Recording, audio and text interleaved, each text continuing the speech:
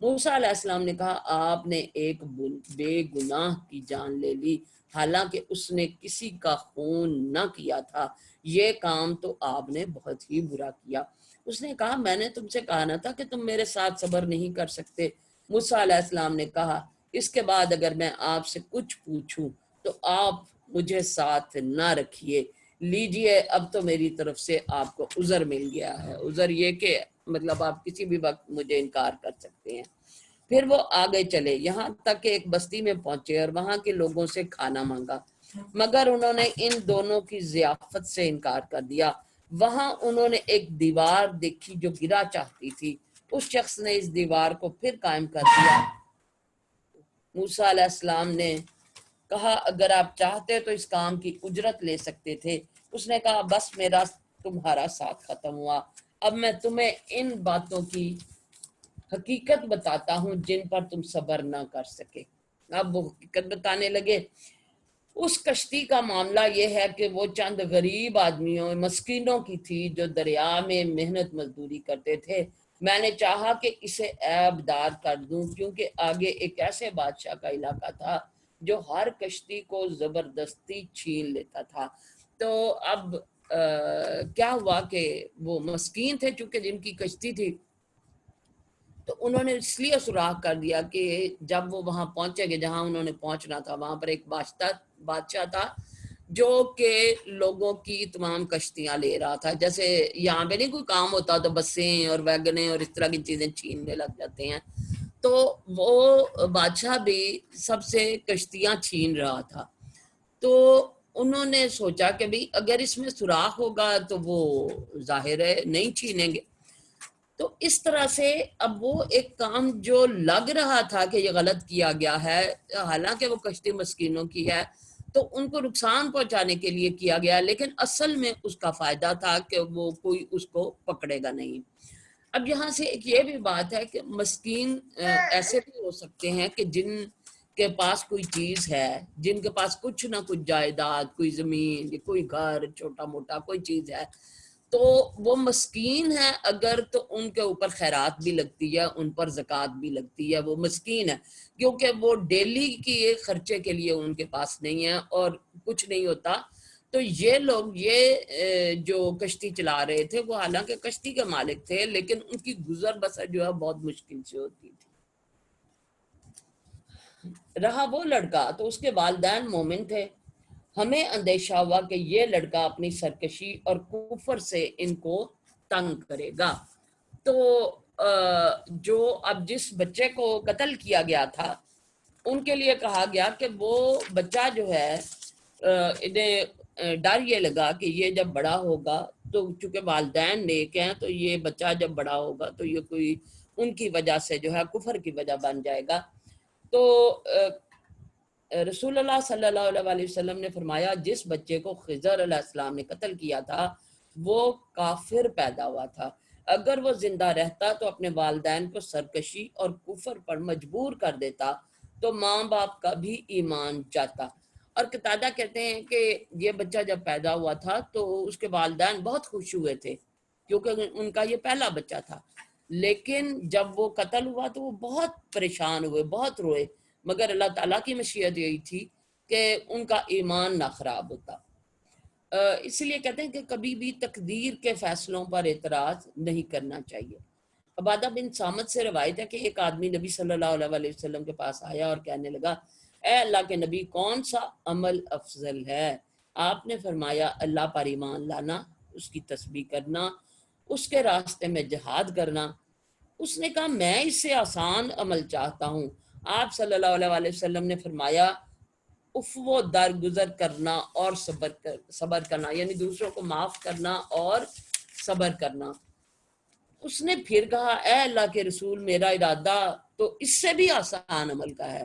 تو آپ صلی اللہ علیہ وسلم نے فرمایا اللہ تمہارے بارے میں جو فیصلہ کر دے اس پر اللہ کو الزام نہیں دینا، یعنی جو بھی ہو، جو بھی فیصلہ ہو اس پر اللہ تعالیٰ سے یہی کہیں رضیت باللہ ربا وبالاسلام دینا وبمحمد صلی اللہ علیہ وسلم نبیہ۔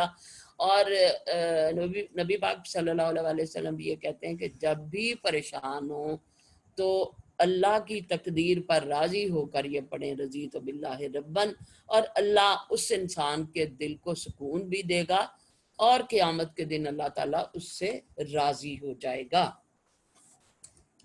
اور اس کے بعد اللہ تعالیٰ فرماتے ہیں اس لیے ہم وہ اندیشہ ہوا کہ یہ لڑکا اپنی سرکشی اور کفر سے ان کو تنگ کرے گا، اس لیے ہم نے چاہا کہ ان کا رب اس کے بدلے ان کو ایسی اولاد دے جو اخلاق میں بھی اس سے بہتر ہو اور جس سے صلہ رحمی بھی زیادہ متوقع ہو، یعنی عزیزوں اور رشتہ داروں کے ساتھ بھی وہ اچھا سلوک کرے۔ اور اس دیوار کا معاملہ یہ ہے کہ یہ 2 یتیم لڑکوں کی ہے جو اس شہر میں رہتے ہیں۔ اس دیوار کے نیچے ان بچوں کے لیے ایک خزانہ مدفون ہے اور ان کا باپ ایک نیک آدمی تھا۔ تو اس کے بارے میں بھی یہ کہا گیا کہ وہ بستی والے چونکہ اس طرح کے لوگ تھے کہ انہوں نے ایون ان لوگوں کو کھانا تک نہیں دیا تھا۔ حضرت موسیٰ علیہ السلام کو مطلب جب وہ یہ لوگ گزر رہے تھے تو کھانے کا ٹائم ہو گیا تھا، ان کو بھوک لگی تھی اور انہوں نے کھانا طلب کیا تو انہوں نے کھانا دینے سے انکار کر دیا، اور وہیں سے وہ آگے گزرے اور جب یہ دیوار گری ہوئی دیکھی تو انہوں نے دیوار تعمیر کر دی، اور حضرت موسیٰ علیہ السلام نے ان سے کہا کہ بھی یہ اگر آپ چاہتے تو اس کے بدلے میں ان سے بستی والوں سے کھانا لے سکتے تھے۔ تو انہوں نے مطلب یہ دیوار ان بچوں کی پراپرٹی کے اوپر بنائی گئی تھی جو بچے یتیم تھے، اور اس کے اندر ان کے باپ نے ان کے لیے خزانہ رکھا تھا، اور کہا جاتا ہے کہ ان کا باپ عالم تھا بہت بڑا، اور کچھ لوگ کہتے ہیں کہ وہ خزانہ کتابوں کا خزانہ تھا، علم کا خزانہ تھا اس کے اندر جو دبا ہوا تھا۔ بہرحال خزانہ کوئی بھی ہو سکتا ہے۔ تو یہاں پر وہ بات کرتے ہیں کہ چونکہ باپ نیک آدمی تھا، باپ نیک آدمی تھا، اس کے بارے میں کہا جاتا ہے کہ نیک آدمی کی اولاد کی حفاظت کی جاتی ہے۔ نیک اولاد والدین کے حق میں بھی سفارش کرے گی اور اولاد کے جنت میں بھی درجے بلند کیے جائیں گے والدین کی نیکیوں کی بدولت، یعنی اگر والدین نیک ہوں گے تو ان کی نیکیوں کی وجہ سے ان کے بچوں کے بھی درجے جو ہیں وہ بلند کیے جائیں گے۔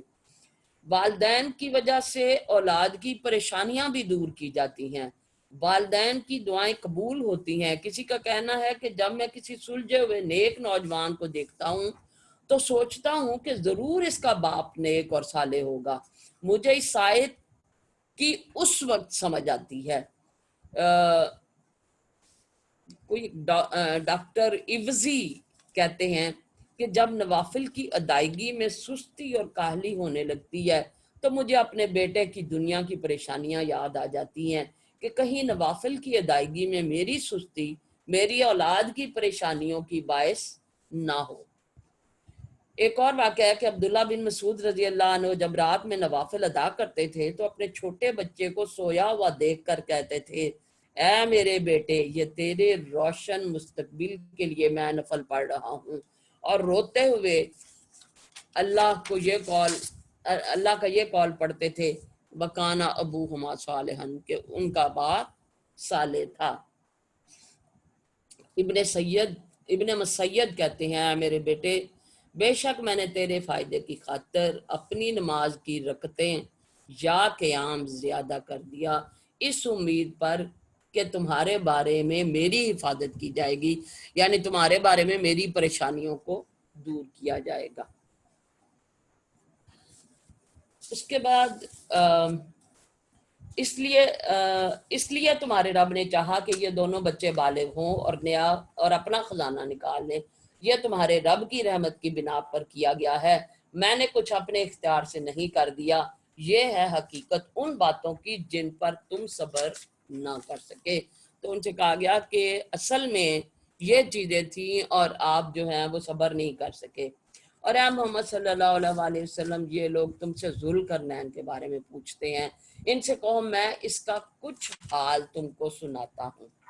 اب ذوالقرنین کا کیا تھا کہ ہم نے اس کو زمین میں اقتدار عطا کر رکھا تھا اور اسے ہر قسم کے اسباب و وسائل بخشے تھے۔ اس نے پہلے مغرب کی طرف سر و سامان کیا حتیٰ کہ جب وہ غروب آفتاب کی حد تک پہنچ گیا تو اس نے سورج کو ایک کالے پانی میں ڈوبتے ہوئے دیکھا، اور وہاں اسے ایک قوم ملی۔ ہم نے کہا اے ذوالقرنین، تجھے اختیار بھی حاصل ہے کہ ان کو تکلیف پہنچائے اور یہ بھی کہ ان کے ساتھ نیک رویہ اختیار کرے۔ تو ذوالقرنین کے اس قصے سے لگتا ہے کہ وہ بادشاہ تھا اور بہت بڑا علاقہ اس کے انڈر تھا، تو وہ جب سفر کرتا تھا تو دور دور تک سفر کرتا تھا، اور جہاں پہنچتا تھا وہ اس کی رعایا ہوتی تھی۔ تو جہاں پہ وہ مطلب مغرب کی سمت جب وہ گیا تو وہاں پر جو قوم تھی اس کے بارے میں اللہ تعالیٰ نے کہا کہ تمہارا اختیار ہے کہ ان کو تم سزا دو یا جزا دو یا ان کے ساتھ نرم رویہ رکھو۔ تو اس نے کہا جو ان میں سے ظلم کرے گا ہم اس کو سزا دیں گے، پھر وہ اپنے رب کی طرف پلٹایا جائے گا اور وہ اسے اور زیادہ سخت عذاب دے گا، اور جو ان میں سے ایمان لائے گا اور نیک عمل کرے گا اس کے لیے اچھی جزا ہے اور ہم اس کو آسان احکام دیں گے۔ تو اس نے وہاں پہ بالکل جو ہے نا صحیح بات کی کہ جو کوئی ظلم کرے گا ہم اس کو سزا دیں گے، اور پھر اللہ تعالیٰ کی طرف سے بھی اس کو سزا دی جائے گی، اور اس کے بعد کہا کہ جو نیک عمل کرے گا اس کو ہم جو ہے آسان احکامات دیں گے، کہ وہ آسانی مہیا کریں گے۔ پھر اس نے تیاری کی یہاں تک کہ طلوع آفتاب کی حد تک جا پہنچا۔ وہاں اس نے دیکھا کہ سورج ایک ایسی قوم پر طلوع ہو رہا ہے جس کے لیے دھوپ سے بچنے کا کوئی سامان ہم نے نہیں کیا ہے۔ یہ حال تھا ان کا، اور ذوالقرنین کے پاس جو کچھ تھا اسے ہم جانتے تھے۔ تو ایک اور جگہ پہ وہ گئے، مشرق کی طرف گیا، تو وہاں پر کیا دیکھا کہ ایسی قوم بھی ہے جس کے اوپر کوئی بھی سایہ نہیں تھا۔ تو اب ان کے بارے میں ڈیٹیل یہاں پہ کوئی نہیں دی گئی کہ ان کے ساتھ کیا کیا، لیکن وہ اپنے ہر جگہ پہ جا کے وہ اپنا دیکھتے تھے کہ بھئی میں نے ان کے ساتھ کیا ڈیل کرنا ہے۔ پھر اس نے سامان کیا یہاں تک کہ جب دو پہاڑوں کے درمیان پہنچا تو اسے ان کے پاس ایک قوم ملی جو مشکل ہی سے کوئی بات سمجھتی تھی، یعنی ان کی لینگویج سمجھ نہیں آتی تھی۔ ان لوگوں نے کہا کہ اے ذوالقرنین، یاجوج اور ماجوج اس سرزمین میں فساد پھیلاتے ہیں، تو کیا ہم تجھے کوئی ٹیکس اس کام کے لیے دیں کہ تو ہمارے اور ان کے درمیان ایک بند تعمیر کر دے؟ اس نے کہا جو کچھ میرے رب نے مجھے دے رکھا ہے وہ بہت ہے، تم بس محنت سے میری مدد کرو، میں تمہارے اور ان کے درمیان بند بنائے دیتا ہوں۔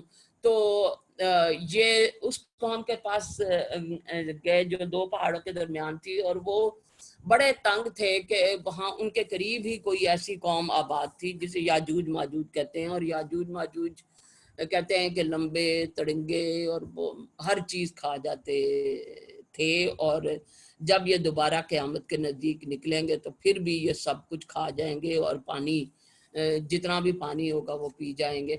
تو لیکن ان کو مارنے والا کوئی نہیں ہوگا۔ تو اس کے بعد حضرت عیسیٰ علیہ السلام اپنی جتنے بھی لوگ ہوں گے اس وقت حضرت عیسیٰ علیہ السلام کو فالو کر رہے ہوں گے، ان سب کو لے کے وہ بہت اونچی جگہ پہ چلے جائیں گے یاجوج ماجوج کی وجہ سے، اور پھر وہ اللہ تعالیٰ سے دعا کریں گے کہ یا اللہ تو ان کو ختم کر۔ تو اللہ تعالیٰ ان کے درمیان میں کوئی ایسی بیماری بھیجے گا کہ وہ سارے مر جائیں گے، اور پھر ان کے وہ اتنی بڑی بڑی لاشیں ان کی پڑی ہوئی ہوں گی اور بدبو پھیل جائے گی، اور پھر اللہ تعالیٰ بارش بھیجے گا، اور پہلے پرندے بھیجے گا جو کہ ان کو کھا جائیں گے، اور اس کے بعد بارش برسائے گا اللہ تعالیٰ، تو وہ جگہ صاف ہو جائے گی۔ تو یہ اب اس قوم کو بڑا تنگ کرتے تھے، تو اس پر اس قوم نے ذوالقرنین سے کہا کہ بھی آپ کو ہم پیسے دیتے ہیں، کچھ دے دیتے ہیں، تو آپ یہاں پہ بند باندھ دیں تاکہ یہ قوم ہمیں تنگ نہ کرے۔ تو ذوالقرنین نے کہا کہ مجھے اللہ تعالیٰ نے بہت کچھ دے رکھا ہے، تم بس میری محنت میں مدد کرو، اور میں تمہاری اس مدد کی وجہ سے ان کے درمیان بند بنا دیتا ہوں۔ اب یہاں پہ ایک چیز سمجھ آتی ہے کہ ذوالقرنین ایک منصف بادشاہ تھا، یعنی ظلم نہیں کرتا تھا، اور منصف بادشاہ لوگوں کی خیر چاہتے ہیں، خیر کا پیغام لے کر جاتے ہیں، نہ کہ اپنے ہی فائدے سمیٹتے ہیں۔ عادل بادشاہ اپنی رعایا کے حقوق کی حفاظت کرتا ہے۔ اب اس میں ان کے جو ذوالقرنین کی خصوصیات ہیں ان سے یہ ڈیرائیو کیا گیا ہے کہ ایک عادل اور منصف بادشاہ جو ہے وہ کیسا ہوتا ہے۔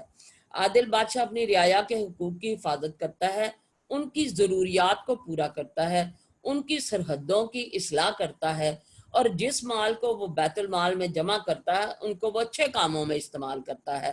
اور اچھے کاموں کے لیے بادشاہ میں 3 شرائط عائد ہوتی ہیں کہ اس خزانے میں سے اپنے لیے کچھ خاص نہ کرے، یعنی اس خزانے کو اپنے لیے استعمال نہ کرے، سب سے پہلے ضرورت مندوں پر خرچ کرے، اور لوگوں کے مرتبوں کے مطابق عطیات دینے میں مساوات رکھے، یعنی جو اگر تو کسی کو دینا ہے ایکسپینڈیچرز کے لیے، یعنی کسی علاقے کی بھلائی کے لیے دینا ہے یا کوئی تحفے تحائف دینے ہیں تو وہ بھی برابری کی بنیاد پر جو ہے وہ دیے جائیں۔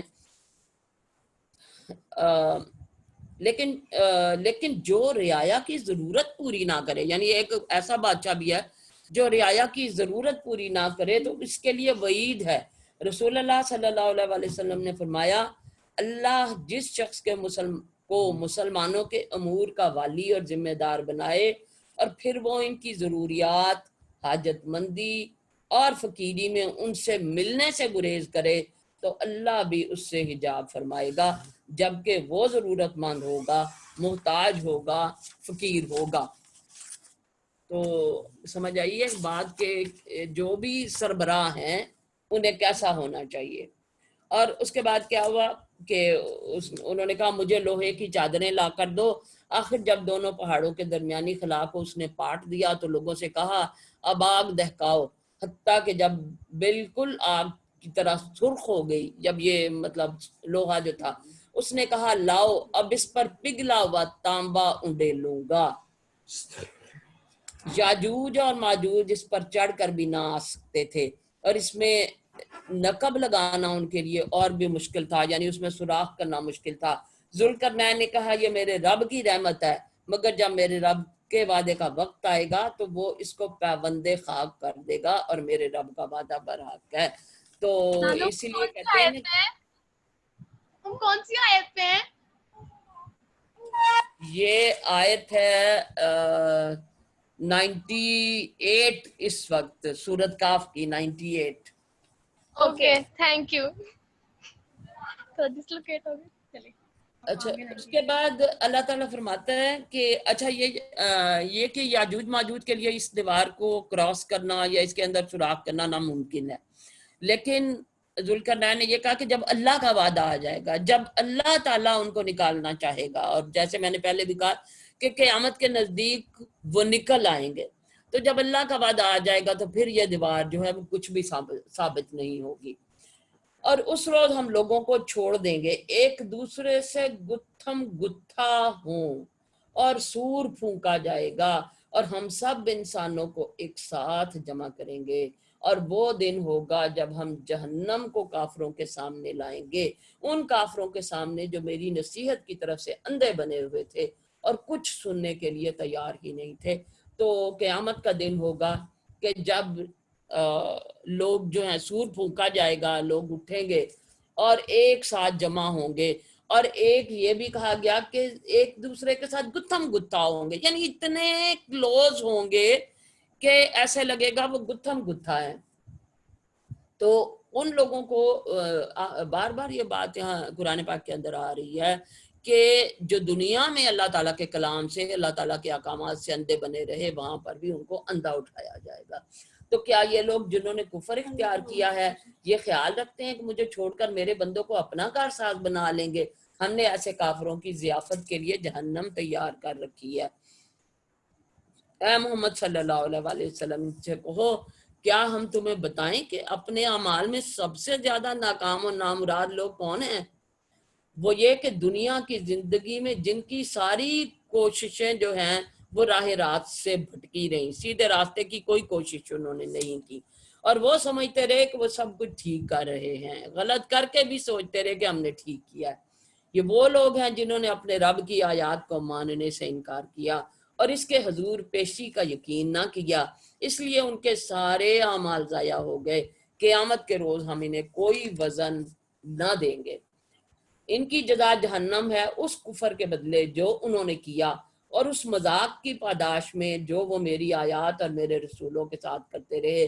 البتہ وہ لوگ جو ایمان لائے اور جنہوں نے نیک عمل کیے ان کی میزبانی کے لیے فردوس کے باغ ہوں گے جن میں وہ ہمیشہ رہیں گے اور کبھی اس جگہ سے نکل کر کہیں جانے کو ان کا جی نہ چاہے گا. اے محمد صلی اللہ علیہ وسلم کہو کہ اگر سمندر میرے رب کی باتیں لکھنے کے لیے روشنائی بن جائیں تو وہ ختم ہو جائیں مگر میرے رب کی باتیں ختم نہ ہوں، بلکہ اگر اتنی ہی روشنائی ہم اور لے آئیں تو وہ بھی کافی نہ ہو. اے محمد صلی اللہ علیہ وسلم کہو کہ میں تو ایک انسان ہوں تم ہی جیسا، میری طرف وحی کی جاتی ہے کہ تمہارا خدا بس ایک ہی ہے. بس جو کوئی اپنے رب کی ملاقات کا امیدوار ہو اسے چاہیے کہ نیک عمل کرے اور بندگی میں اپنے رب کے ساتھ کسی اور کو شریک نہ کرے. تو یہاں پر ہم دیکھتے ہیں کہ سورۃ کاف کے بارے میں جو احادیث بھی موجود ہیں. نبی پاک صلی اللہ علیہ وسلم نے ایک جگہ پہ یہ کہا کہ سورہ کاف جو ہے وہ نور ہے اور ایک جمعے کے دن اسے ضرور پڑھنا چاہیے. تو ایک جمعے کو اگر پڑھیں تو اگلے جمعے تک یہ جو پڑھنے والا ہے اس کے سارے وقت کو نور سے بھر دے گی. اور دوسرا یہ کہ یہ دجال سے بچائے گی. یہ سورت جو ہے اگر پڑھی جائے تو یہ دجال سے بچائے گی. تو رسول اللہ صلی اللہ علیہ وسلم نے فرمایا جس نے سورت کاف کی تلاوت ایسے کی جیسے وہ نازل ہوئی، یعنی بڑے آرام سے ٹھہر ٹھہر کے، تو یہ اس کے لیے قیامت کے دن اس کی اقامت سے مکے تک نور کا سبب بنے گی. یعنی جس قبر سے وہ اٹھے گا، اور ظاہر مکہ میں اکٹھا ہونا ہے یعنی جو میدان عرفات ہے، تو وہاں تک وہ نور کا سبب بنے گی. اور جس نے اس سورت کی آخری 10 آیات پڑھی پھر دجال نکل آیا تو اس کو کوئی نقصان نہ دے گا. نبی صلی اللہ علیہ وسلم نے فرمایا جو آدمی سورت کاف کی ابتدائی 10 آیتیں یاد کرے گا وہ دجال کے فتنے سے محفوظ رہے گا. نبی صلی اللہ علیہ وسلم نے فرمایا وہ زمانہ قریب ہے. اچھا، اس میں آخری بھی ہے اور ابتدائی بھی، یعنی آخری 10 آیات کا بھی کہا گیا اور ابتدائی 10 آیات کا بھی. نبی صلی اللہ علیہ وسلم نے فرمایا وہ زمانہ قریب ہے کہ جب کسی کا مال بھیڑ بکریاں ہوں گی جو وہ لے کر پہاڑوں پر نکل جائے گا، یہ اسے فتنوں سے بچائے گی. ٹھیک ہے، یہ جو صورت ہے یہ فتنوں سے کس طرح بچاتی ہے، اب ہم نے یہ دیکھنا ہے. تو اگر ہم اس کو دیکھیں کہ فتنے کون کون سے ہیں، فتنہ دین ہے، فتنہ مال ہے، فتنہ حکومت ہے، فتنہ علم ہے. تو فتنہ دین میں سب سے پہلے یہ کہ جو دیندار آدمی ہے اس کے لیے بھی بہت سی آزمائشیں ہوتی ہیں. تو ایک یہ بھی ہوگا کہ دجال جو ہے وہ اپنے آپ کو خدا کہے گا. اور جو غار والے تھے وہ انہوں نے یہی کہا تھا نا کہ ہمارا خدا ایک ہے اور یہ دوسرے خدا جو ہیں ہم ان کو نہیں مانتے، اور وہ اپنا ایمان بچانے کے لیے غار میں جا کے چھپ گئے تھے. تو اگر ہمیں اس پر یقین ہے کہ ایمان بچانے کے خدا ایک ہی ہے، اس کے علاوہ کوئی خدا ہو نہیں سکتا، اور اگر ایمان بچانے کے لیے ہمیں کہیں اور بھی جانا پڑے تو ان چیزوں سے بچنا ہے، تو یہ ہمیں پھر دجال سے یہ صورت بچائے گی. اس کے بعد ہے کہ فتنہ مال ہے.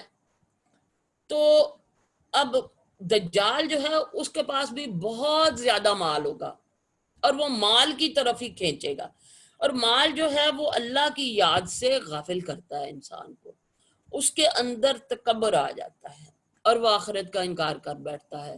تو جو دوسرا قصہ جس میں 2 آپس میں ساتھی تھے اور ایک کا باغ تھا، بہت زیادہ مال تھا، تو اس پہ وہ کڑتا تھا اور کہتا تھا کہ یہ کیسے ہو سکتا ہے کہ یہ میرا مال جو ہے وہ ضائع ہو جائے، اور اگر میں جاؤں گا بھی اللہ کے پاس بھی جاؤں گا تو مجھے جو ہے اس سے زیادہ ہی ملے گا. تو وہ ایک تکبر کا شکار تھا. تو یہ چیز ہمیں بتاتی ہے کہ مال کے فتنے میں بھی نہیں پڑنا اور تکبر سے بچنا ہے۔ اور تیسرا یہ ہے کہ فتنہ علم، اب جو دجال ہے اس کے پاس بھی بڑا علم ہوگا، وہ علم کے ذریعے سے لوگوں کو جو ہے وہ مردہ کو زندہ بھی کرے گا اور ان کو بہت ساری چیزیں جو ہے پرووائڈ کرے گا، بادل لے کر آئے گا، بارشیں برسائے گا۔ تو علم بھی جب کسی کے پاس ہوتا ہے اس میں بھی تکبر آتا ہے، لیکن علم صحیح انسان کے پاس ہو تو وہ فائدہ مند ہوتا ہے، اور غلط انسان کے پاس ہو تو وہ نقصان دہ ہوتا ہے۔ اس کے بعد حکومت کا فتنہ ہے۔ اب حکومت بھی اگر اچھی نہ ہو، اور جو حکومت کرنے والا اب ذوالقرنین کا جو یہاں پہ ایکسپلین کیا گیا ہے، وہ ایک عادل بادشاہ تھا، اپنی رعایا کا خیال کرتا تھا، ظلم نہیں کرتا تھا اور ان کے کام آتا تھا۔ تو اب یہ دیکھنا ہے کہ جب دجال آئے گا تو اس کی حکومت بھی، اس میں بھی وہ لوگوں کو قتل بھی کرے گا، لوگوں کو نقصان بھی پہنچائے گا، تو ہم کیسے سمجھ سکتے ہیں کہ وہ ایک اچھی حکومت کرنے والا ہوگا؟ تو اللہ تعالی ہمیں ان ساری چیزوں کو سمجھنے کی توفیق دے اور ہمیں دجال کے فتنے سے بھی محفوظ رکھے۔ اگلی سورت مریم ہے، جس کے بارے میں کچھ چیزیں پچھلے اس بارے میں بھی ایکسپلین ہو چکی ہوئی ہیں، لیکن ایک چیز قرآن پاک کے بارے میں بھی، چونکہ ہم قرآن پاک پڑھ رہے ہیں تو تھوڑی سی اس کی بریفنگ ہے کہ جو قرآن پاک پڑھتا ہے اور کہیں مطلب کچھ جگہوں پہ یہ حفظ کرنے کا بھی ہے، کچھ جگہوں پہ یہ بھی ہے کہ قرآن کو سمجھ کے جو پڑھتا ہے اور اس پر عمل کرتا ہے۔ تو روایت ہے کہ نبی صلی اللہ علیہ وسلم نے فرمایا قیامت کے دن قرآن آئے گا اور کہے گا اے میرے رب اس قاری قرآن کو زیور پہنا دیں، تو اس شخص کو عزت کا تاج پہنایا جائے گا۔ پھر قرآن کہے گا اے میرے رب اس میں اضافہ فرمائے، تو اس کو عزت کا لباس پہنا دیا جائے گا۔ پھر قرآن کہے گا اے میرے رب اس سے راضی ہو جائیں، تو اللہ اس سے راضی ہو جائیں گے۔ پھر اسے کہا جائے گا قرآن پڑھتے جاؤ اور جنت کے درجات چڑھتے جاؤ، ہر آیت کے ساتھ ایک درجہ بلند کر دیا جائے گا۔ والدین کے سر پر بھی نور کا تاج پہنایا جائے گا۔ بریدہ رضی اللہ عنہ سے روایت ہے، وہ کہتے ہیں کہ رسول اللہ صلی اللہ علیہ وسلم نے فرمایا جس نے قرآن پڑھا اور سیکھا اور عمل کیا تو اس کے والدین کو قیامت کے دن نور کا ایسا تاج پہنایا جائے گا جس کی روشنی سورج کی روشنی کی طرح ہوگی، اور اس کے والدین کو ایسے دو ریشمی لباس جنہیں وہ غلے کہتے ہیں، دو غلے پہنائے جائیں گے کہ پوری دنیا بھی ان دو غلوں کے برابر نہ ہوگی۔ وہ دونوں کہیں گے یہ ہمیں کیوں پہنایا گیا؟ تو کہا جائے گا تمہارے بچے کے قرآن پڑھنے کی وجہ سے۔ تو ہم دعا کرتے ہیں کہ ہماری اولادوں کو بھی اللہ تعالیٰ یہ توفیق عطا فرمائے اور آگے ان کی اولادوں کو بھی اللہ تعالیٰ یہ توفیق دے کہ وہ قرآن کو پڑھیں، سمجھیں اور اس پر عمل کریں۔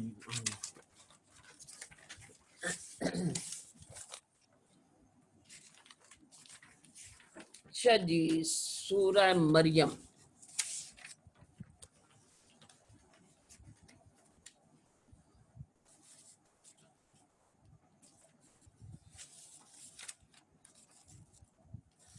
سورت مریم کے بارے میں جیسے پہلے بھی ہم جانتے ہیں کہ ان کی سورت جو حضرت مریم ہے ان کی والدہ نے منت مانی تھی کہ جب میری اولاد ہوگی، انہوں نے یہ دعا مانگی کہ جب میری اولاد ہوگی تو میں اسے عبادت کے لیے مخصوص کر دوں گی۔ ان کے ذہن میں تھا کہ بیٹا ہوگا تو میں اسے جو ہے وہ مسجد میں بھیج دوں گی عبادت کے لیے۔ اب جب حضرت مریم پیدا ہوئی تو انہوں نے اللہ تعالیٰ سے دعا کی کہ یا اللہ اب تو یہ بیٹی پیدا ہوئی ہے لیکن اللہ تعالیٰ تو بہتر جانتا تھا، تو انہوں نے بیٹی کو بھی وہاں پہ مسجد میں بھیج دیا۔ اب یہاں پر یہ کہا جا رہا ہے کہ ذکر ہے اس رحمت کا، اعوذ باللہ من الشیطان الرجیم، بسم اللہ الرحمن الرحیم، ذکر ہے اس رحمت کا جو تیرے رب نے اپنے بندے زکریا پر کی تھی جبکہ اس نے اپنے رب کو چپکے پکارا۔ تو شروع میں حضرت زکریا علیہ السلام سے بات شروع کی گئی ہے کیونکہ وہ حضرت مریم کی وہاں پہ کفالت کرتے تھے، ان کی دیکھ بھال کرتے تھے۔ اس نے عرض کیا اے میرے پروردگار، میری ہڈیاں تک گھل گئی ہیں اور سر بڑھاپے سے بھڑک اٹھا ہے۔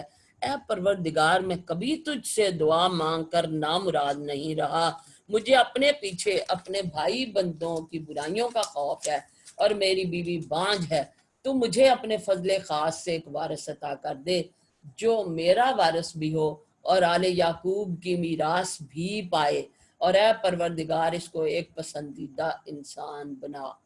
تو یہاں پر جو بات بہت امپورٹنٹ ہے وہ یہ کہ چپ کے دعا کی، خاموشی سے دعا کی، اور کس طرح سے کی کہ اللہ تعالیٰ سے کہا کہ میں نے جب بھی دعا مانگی اللہ میں نامراد نہیں ہوا، یعنی اللہ تعالیٰ نے میری دعائیں قبول کی ہیں۔ تو انس رضی اللہ عنہ فرماتے ہیں آپ صلی اللہ علیہ وسلم جب کسی غزوے کے لیے تشریف لے جاتے تو ایسے دعا کرتے، اے اللہ تو میرا بازو ہے، تو میرا مددگار ہے، تیری ہی دی ہوئی قوت کے ساتھ میں تدبیر کرتا ہوں، تیری ہوئی دی ہوئی طاقت کے ساتھ میں حملہ کرتا ہوں، تیری ہی مدد سے میں لڑائی کرتا ہوں۔ انس بن مالک کہتے ہیں کہ رسول اللہ صلی اللہ علیہ وسلم نے فرمایا جب تم میں سے کوئی دعا کرے تو اس سے چاہیے کہ وہ پختہ یقین کے ساتھ سوال کرے، یقین کے ساتھ کہ اللہ تعالیٰ جو ہے وہ مجھے نوازے گا، میری دعا کو قبول فرمائے گا۔ ایسے نہیں کرنا چاہیے کہ یا اللہ تو نے اگر قبول کرنا ہے تو قبول کر لے اور نہیں کرنا تو نہ کرے، والی بات ہے۔ حضرت ذکریہ نے یہ دعا مانگی اور دیکھیں ان کی دعا جو تھی اس کا محور یہ تھا کہ جو نبوت جس طرح سے آ رہی ہے، اور پچھلی انہیں اس چیز کی فکر تھی کہ جو نبوت آ رہی ہے اور جس کے ذریعے لوگوں کی اصلاح ہو رہی ہے وہ میراث جو ہے وہ لینے والا کوئی موجود ہو، یہ یہاں پہ ختم نہ ہو جائے۔ اس کے بعد جواب دیا گیا، اے ذکریہ ہم تجھے ایک لڑکے کی بشارت دیتے ہیں جس کا نام یحییٰ ہوگا، ہم نے اس نام کا کوئی آدمی اس سے پہلے پیدا نہیں کیا، تو اللہ تعالیٰ نے خود ہی ان کا نام بھی رکھ دیا۔ عرض کیا پروردگار بھلا میرے ہاں کیسے بیٹا ہوگا جبکہ میری بیوی بانجھ ہے اور میں بوڑھا ہو کر سوکھ چکا ہوں؟ جواب ملا ایسا ہی ہوگا، تیرا رب فرماتا ہے کہ یہ تو میرے لیے ایک ذرا سی بات ہے، آخر اس سے پہلے میں تجھے پیدا کر چکا ہوں جبکہ تو کوئی چیز نہ تھا۔ تو اللہ تعالیٰ کے لیے تو بنانا مشکل کام نہیں ہے۔ ذکریہ نے کہا پروردگار میرے لیے کوئی نشانی مقرر کر دے کہ مجھے جو ہے وہ اولاد ہوگی۔ ظاہر ہے اس وقت ان کی عمر کہتے ہیں کہ 110 سال تھی جب ان کو اللہ تعالیٰ نے حضرت یحییٰ دیے۔ فرمایا تیرے لیے نشانی یہ ہے کہ تو ہم 3 دن لوگوں سے بات نہ کر سکے گا۔ تو ان کے ہاں ویسے تو چپ کا روزہ رکھا جاتا تھا کہ بولتے نہیں تھے روزے میں، تو اللہ تعالیٰ نے نشانی یہ دی کہ تم 3 دن بول نہیں سکو گے۔ چنانچہ وہ محراب سے نکل کر اپنی قوم کے سامنے آیا اور اس نے اشارے سے ان کو ہدایت کی کہ صبح و شام تسبیح کرو، تو تسبیح بھی اللہ تعالیٰ کا شکر ادا کرنے کے لیے۔ اے یحییٰ کتاب الہی کو مضبوط تھام لے۔ تو ان کو بہت بچپن میں اللہ تعالیٰ نے یہ ساری چیزیں دی، اللہ تعالیٰ نے ان کا نام بھی رکھا اور اللہ تعالیٰ نے ان کو بہت ہی قابل انسان بنایا تھا۔ اور اللہ آگے فرماتے ہیں اللہ تعالیٰ ہم نے اسے بچپن ہی میں حکم سے نوازا اور اپنی طرف سے اس کو نرم دلی اور پاکیزگی عطا کی، اور وہ بڑا پرہیزگار اور اپنے والدین کا حق شناس تھا، وہ جبار نہ تھا اور نہ ہی نافرمان۔ سلام اس روز پر جس روز وہ پیدا ہوا اور جس دن وہ مرے اور جس روز وہ زندہ کر کے اٹھایا جائے۔ تو حضرت یحییٰ نے 3 برس کی عمر میں تورات جو ہے وہ پڑھ لی تھی، اور 7 سال کی عمر میں اسے سمجھ بھی لیا تھا۔ تو اس طرح سے وہ تورات پڑھتے تھے اتنی نرم دلی سے اور خشوع کے ساتھ کہ لوگوں کے دل بدل جاتے تھے۔ کیا پڑھتے تھے؟ تورات۔ اچھا۔ اور اے محمد صلی اللہ علیہ وسلم اس کتاب میں مریم کا حال بیان کرو جبکہ وہ اپنے لوگوں سے الگ ہو کر مشرق کی جانب گوشہ نشین ہو گئی تھی اور پردہ ڈال کر ان سے چھپ بیٹھی تھی. اس حالت میں ہم نے اس کے پاس اپنی روح کو بھیجا، فرشتوں کو بھیجا تھا، اور وہ اس کے سامنے پورے انسان کی شکل میں نمودار ہوا. مریم یکا یک بول اٹھی کہ اگر تو خدا ترس آدمی ہے تو میں تجھ سے رحمان کی پناہ مانگتی ہوں. انہوں نے چونکہ کسی اور مرد کو کبھی دیکھا نہیں تھا تو وہ فوراً سمجھی کہ یہ کوئی مرد ہے. اس نے کہا میں تو تیرے رب کا بھیجا ہوا فرشتہ ہوں اور اس لیے بھیجا گیا ہوں کہ تجھے ایک پاکیزہ لڑکا دوں. مریم نے کہا میرے ہاں کیسے لڑکا ہوگا جبکہ مجھے کسی بشر نے چھوا تک نہیں ہے اور میں کوئی بدکار عورت نہیں ہوں.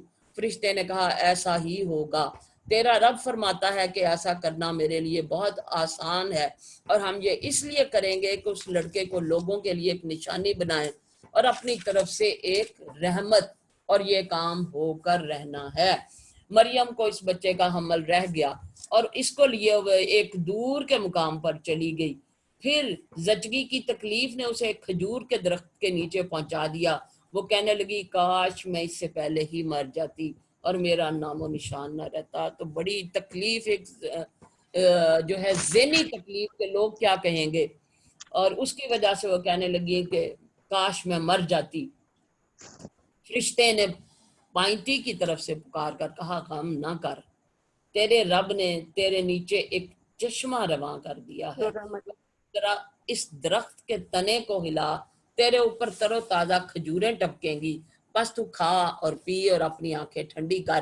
پھر اگر کوئی آدمی تجھے نظر آئے تو اس سے کہہ دے کہ میں نے رحمان کے لیے روزے کی نظر مانی ہے، اس لیے آج میں کسی سے نہ بولوں گی. تو وہی بات ہے کہ چپ کا روزہ. انہیں مطلب یہ کہا کہ کوئی بھی آدمی تمہیں نظر آ جائے تو تم بات نہ کرنا اور اشارہ کر دینا کہ بھی میں نے روزہ رکھا ہوا ہے.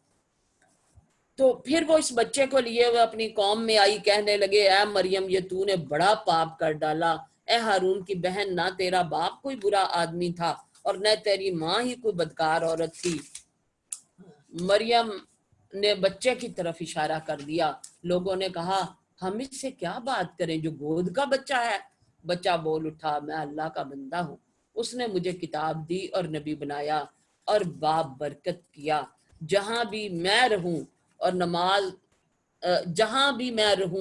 نماز اور زکوٰۃ کی پابندی کا حکم دیا جب تک میں زندہ رہوں، اور اپنی والدہ کا حق ادا کرنے والا بنایا اور مجھ کو جبار اور شکی نہیں بنایا. سلام ہے مجھ پر جب کہ میں پیدا ہوا اور جب کہ میں مروں اور جب کہ زندہ کر کے اٹھایا جاؤں. تو اب یہ دیکھیں 3 موقع ہوتے ہیں کہ مطلب بچہ جب پیدا ہوتا ہے تو وہ اس وقت بھی چیخ و پکار کرتا ہے کہ میں کس دنیا میں آ گیا. جب انسان مرے گا تو بھی وہ پریشان ہوگا کہ بھی کس دنیا میں میں جا رہا ہوں اور پتہ نہیں کیا آخرت میں کیا ہوتا ہے.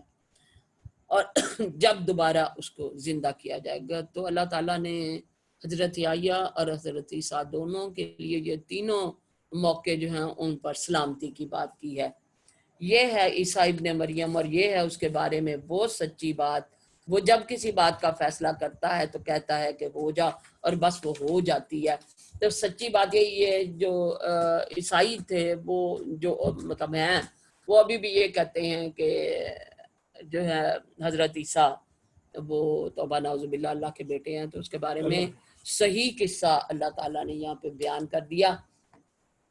اور عیسیٰ علیہ السلام نے کہا تھا اللہ میرا رب بھی ہے اور تمہارا رب بھی، بس تم اس کی بندگی کرو، یہی سیدھی راہ ہے. مگر پھر مختلف گروہ باہم اختلاف کرنے لگے. سو جن لوگوں نے کفر کیا ان کے لیے وہ وقت بڑی تباہی کا ہوگا جب کہ وہ ایک بڑا دن دیکھیں گے اور جب وہ ہمارے سامنے حاضر ہوں گے. تو یہاں پر اس کے بارے میں یعنی جو قیامت کے بارے میں کہا گیا ہے تو آپ صلی اللہ علیہ وسلم نے فرمایا یعنی جب قیامت آئے گی موت ایک چتکبرے مینڈھے کی شکل میں ہے. قیامت کے دن سب کے سامنے اسے لایا جائے گا اور ایک منادی کرنے والا پکارے گا اے جنت والو کیا تم اس کو پہچانتے ہو؟ وہ کہیں گے یہ موت ہے. پھر سب کے سامنے اسے ذبح کر دیا جائے گا. منادی کرنے والا کہے گا اے اہل جنت تمہیں ہمیشہ کی زندگی مل گئی. پھر جہنم والوں سے کہا جائے گا اب تمہیں موت نہیں آئے گی اور یہ دن حسرت کا دن ہوگا. مومنوں کے لیے بھی حسرت ہوگی کہ کاش ہم اس سے زیادہ بہتر کام کر لیتے, اور ڈیفینیٹلی جو کافر تھے ان کے لیے تو حسرت ہوگی کہ ہم لوگوں نے کیوں نہ اچھے عمل کیے. اور جب وہ ہمارے سامنے حاضر ہوں گے اس روز تو ان کے کان بھی خوب سن رہے ہوں گے اور ان کی آنکھیں بھی خوب دیکھتی ہوں گی, مگر آج یہ ظالم کھلی گمراہی میں مبتلا ہیں. یعنی آج نہ سنتے ہیں نہ دیکھتے ہیں. اے محمد صلی اللہ علیہ وآلہ وسلم, اس حالت میں جب کہ یہ لوگ غافل ہیں اور ایمان نہیں لا رہے, انہیں اس دن سے ڈراؤ جب کہ فیصلہ کر دیا جائے گا اور پچھتاوے کے سوا کوئی چارہ کار نہ ہوگا. آخرکار ہم ہی زمین اور اس کی ساری چیزوں کے وارث ہوں گے اور سب ہماری ہی طرف پلٹائے جائیں گے. اور اس کتاب میں ابراہیم علیہ السلام کا قصہ بیان کرو, بے شک وہ ایک راست باز انسان تھا اور ایک نبی تھا. تو یہ چونکہ قریش مکہ جو ہیں وہ ہمیشہ کہتے تھے کہ ہم سنت ابراہیمی پہ ہیں, یعنی ہم ان کو فالو کرتے ہیں. تو حضرت ابراہیم کے بارے میں کہا جاتا ہے کہ انہیں قریش مکہ کو حضرت ابراہیم علیہ السلام کی اولاد ہونے میں بڑا فخر تھا, اور یہ دعویٰ بھی کرتے تھے کہ ہم حضرت ابراہیم کی دین پر ہیں. اس لیے یہاں پر حضرت ابراہیم علیہ السلام کی خوبیاں بیان کی گئی ہیں. پہلی بات یہ کہ وہ بہت سچے تھے, صدیق تھے, اور وہ ان کا دل بھی سچا تھا اور زبان بھی, اور ان کا عمل ان کی زبان کی تصدیق کرتا تھا, قول اور فعل میں تضاد نہیں تھا, اور وہ ان کا دل یعنی سچ بولتا تھا تو عام ان کے قول و فعل جو ہیں وہ بھی سیم تھے. اس کے علاوہ وہ سراپا سچائی تھے. حضرت ابراہیم علیہ السلام کی سب سے بڑی سچائی جو ہے وہ توحید تھی, اور نبوت کے بعد جو سب سے بڑا درجہ ہے وہ صدیقیت کا ہے, یعنی سچائی کا سب سے بڑا درجہ ہے نبوت کے بعد, اور سب سے بڑا جھوٹ اللہ کے ساتھ شریک ٹھہرانا ہے. حضرت ابراہیم علیہ السلام کی سچائی کی دلیل اس سے بھی ملتی ہے کہ انہوں نے ایک خواب دیکھا اور خواب میں اللہ نے حکم دیا, اس کو بھی انہوں نے پورا کر دکھایا. اس کا مطلب یہ ہے کہ آپ ہر درجے کے سچے انسان تھے.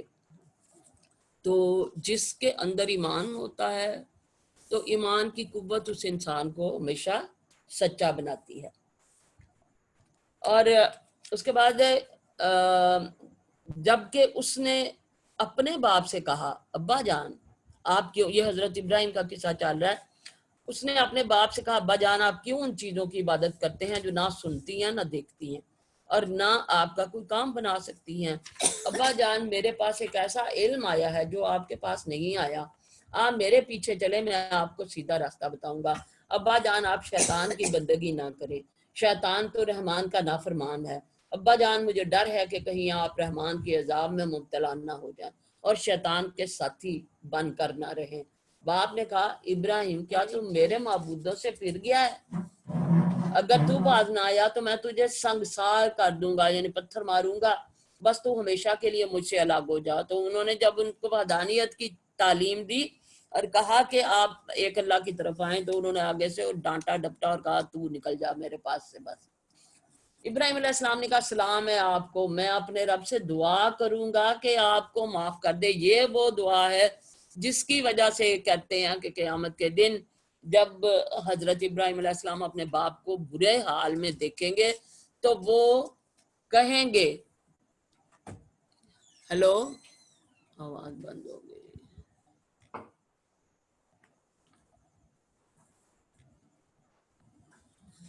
آواز آ رہی؟ ہاں جی آ رہی ہے. تو وہ برے حال میں دیکھیں گے تو کہیں گے کہ یا اللہ میں نے ان سے وعدہ کیا تھا کہ میں اللہ سے آپ کے لیے معافی مانگوں گا. تو اللہ تعالیٰ فرمائیں گے کہ کسی مشرک کے لیے جو ہے وہ دعا قبول نہیں کی جائے گی, اور پھر ان سے کہا جائے گا کہ آپ اپنے قدموں کی طرف دیکھیں تو وہاں وہ دیکھیں گے کہ ایک بجو پڑا ہوا ہوگا اور اس بجو کو جو ہے ٹانگوں سے اٹھا کے پھینک دیا جائے گا جہنم میں. تو انہوں نے فرمایا میرا رب مجھ پر بڑا ہی مہربان ہے، میں آپ لوگوں کو بھی چھوڑتا ہوں اور ان ہستیوں کو بھی جنہیں آپ لوگ خدا کو چھوڑ کر پکارا کرتے ہیں، میں تو اپنے رب ہی کو پکاروں گا، امید ہے کہ میں اپنے رب کو پکار کے نامراد نہ رہوں گا۔ تو انہوں نے کہا ٹھیک ہے، میں آپ لوگوں کو بھی چھوڑ دیتا ہوں اور ان بتوں کو بھی۔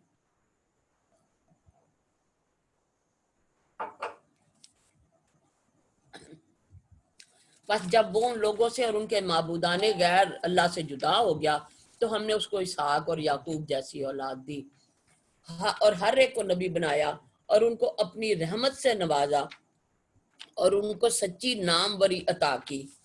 اور ذکر کرو اس کتاب میں موسیٰ کا، وہ جو ایک چیدہ قسم کا شخص تھا اور رسول اور نبی تھا، ہم نے اس کو طور کے داہنی جانب سے پکارا۔ اب یہاں پہ ڈیٹیل پھر آ رہی ہے کہ جب وہ طور پر گئے اور اللہ تعالیٰ سے ان کی بات ہوئی تو اللہ تعالیٰ فرما رہے ہیں کہ طور کے رائٹ سائڈ پہ داہنی طرف سے اس کو پکارا اور راز کی گفتگو سے اس کو تقرب عطا کیا، یعنی اس کی قربت جو ہے اللہ تعالیٰ نے اپنی قربت عطا کی، اور اپنی مہربانی سے اس کے بھائی ہارون کو نبی بنا کر اسے مددگار کے طور پر دیا۔ تو یہ تھی اللہ تعالیٰ کی نعمتیں اپنے انبیاء کے اوپر۔ تو حضرت موسیٰ کے اوپر یہ نعمت دی کہ اللہ تعالیٰ نے خود کلام کیا، ان کو عزت دی، پھر ان کے بھائی کو بھی نبی بنایا۔ اور اس کتاب میں اسماعیل کا ذکر کرو، وہ وعدے کا سچا تھا، اور وعدے کی سچائی کس سے ثابت ہے کہ حضرت ابراہیم علیہ السلام نے جب خواب دیکھا کہ اپنے بیٹے کو قربان کر دو تو انہوں نے خود وہ کھڑے ہو گیا کہ ٹھیک ہے آپ مجھے قربان کر دیں اگر اللہ کا حکم ہے۔ وہ وعدے کا سچا تھا، رسول نبی تھا، وہ اپنے گھر والوں کو نماز اور زکوٰۃ کا حکم دیتا تھا اور اپنے رب کے نزدیک ایک پسندیدہ انسان تھا۔ اور اس کتاب میں ادریس کا ذکر کرو، وہ ایک راست باز انسان اور ایک نبی تھا اور اسے ہم نے بلند مقام پر اٹھایا تھا۔ تو حضرت ادریس کے بارے میں بھی کہتے ہیں کہ وہ بھی راست باز انسان تھا۔ یہ وہ پیغمبر ہیں جن پر اللہ نے انعام فرمایا، اللہ نے نعمتیں نازل کی آدم کی اولاد میں سے اور ان لوگوں کی نسل سے جنہیں ہم نے نوح کے ساتھ کشتی پر سوار کیا تھا، اور ابراہیم کی نسل سے اور اسرائیل کی نسل سے، اور یہ ان لوگوں میں سے تھے جن کو ہم نے ہدایت بخشی اور برگزیدہ کیا۔ ان کا حال یہ تھا کہ جب رحمان کی آیات ان کو سنائی جاتی تو روتے ہوئے سجدے میں گر جاتے تھے۔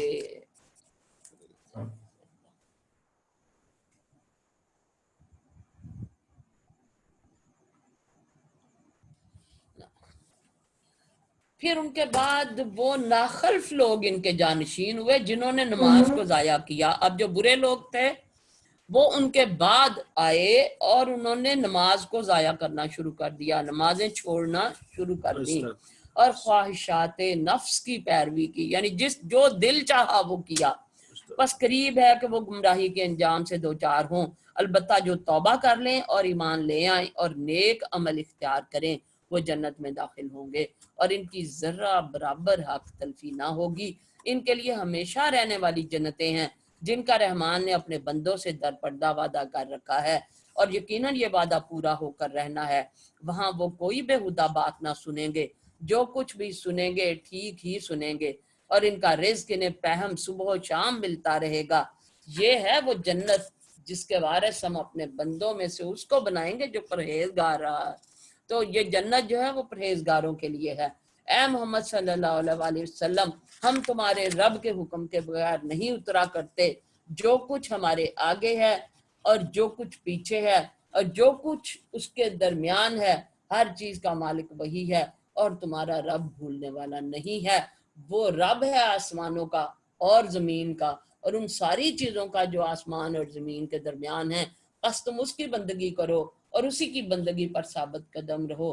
کیا ہے کوئی ہستی تمہارے علم میں اس کی ہم پایا؟ تو یہاں پر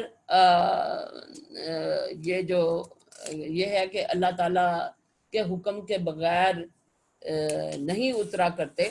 تو یہ وحی کے بارے میں ہے کہ وحی جو ہے وہ اللہ کے حکم کے بغیر نازل نہیں ہوتی، اور اللہ تعالیٰ جو ہے وہ بھولنے والا نہیں ہے، اور اس کائنات کے اندر جو بھی چیز ہے اس کا انتظام اللہ تعالیٰ کر رہے ہیں۔ انسان کہتا ہے کیا واقعی جب میں مر جاؤں گا تو پھر زندہ کر کے نکال لیا جاؤں گا؟ یہ بات تو بہت سی اقوام کہہ چکی. کیا انسان کو یاد نہیں آتا کہ ہم پہلے اس کو پیدا کر چکے ہیں جبکہ وہ کچھ بھی نہ تھا؟ تیرے رب کی قسم ہم ضرور ان سب کو اور ان کے ساتھ شیاطین کو بھی گھیر لائیں گے، پھر جہنم کے گرد لا کر انہیں گھٹنوں کے بل گرا دیں گے، پھر ہر گروہ میں سے ہر اس شخص کو چھانٹ لیں گے جو رحمان کے مقابلے میں زیادہ سرکش بنا ہوا تھا. پھر یہ ہم جانتے ہیں کہ ان میں سے کون سب سے بڑھ کر جہنم میں جھونکے جانے کا مستحق ہے. تم میں سے کوئی ایسا نہیں ہے جو جہنم پر وارد نہ ہو. یہ تو ایک طے شدہ بات ہے جسے پورا کرنا تیرے رب کے ذمہ ہے. پھر ہم ان لوگوں کو بچا لیں گے جو متقی تھے اور ظالموں کو اسی میں گرا ہوا چھوڑ دیں گے. تو یہ جو ہے نا جہنم پر وارد ہونا، نبی پاک صلی اللہ علیہ وسلم سے صحابہ نے بھی پوچھا اور بلکہ حضرت عائشہ نے بھی پوچھا کہ کیا ہم سب لوگ جہنم پر وارد ہوں گے، یعنی اس سے گزریں گے؟ تو انہوں نے فرمایا ہاں، اس آگ پر سے پل سرات چکے جہنم کے اوپر ہے تو اس پر سے ہر ایک نے گزرنا ہے. کسی کے لیے وہ آگ اس طرح ٹھنڈی ہو جائے گی جیسے جو نیک لوگ ہوں گے، جیسے حضرت ابراہیم علیہ السلام پر آگ ٹھنڈی ہو گئی تھی، اور ان کے لیے وہ وقت بھی بہت کم ہو جائے گا، پلک جھپکتے میں گزر جائیں گے. لیکن جو گناہ گار لوگ ہوں گے ان کے لیے وہ راستہ لمبا بھی ہو جائے گا اور ان کو وہ آگ جو ہے وہ اس کی گرمی بھی پہنچے گی، اور جو زیادہ گناہ گار ہوگا وہ اس جہنم کے اندر گرا دیا جائے گا.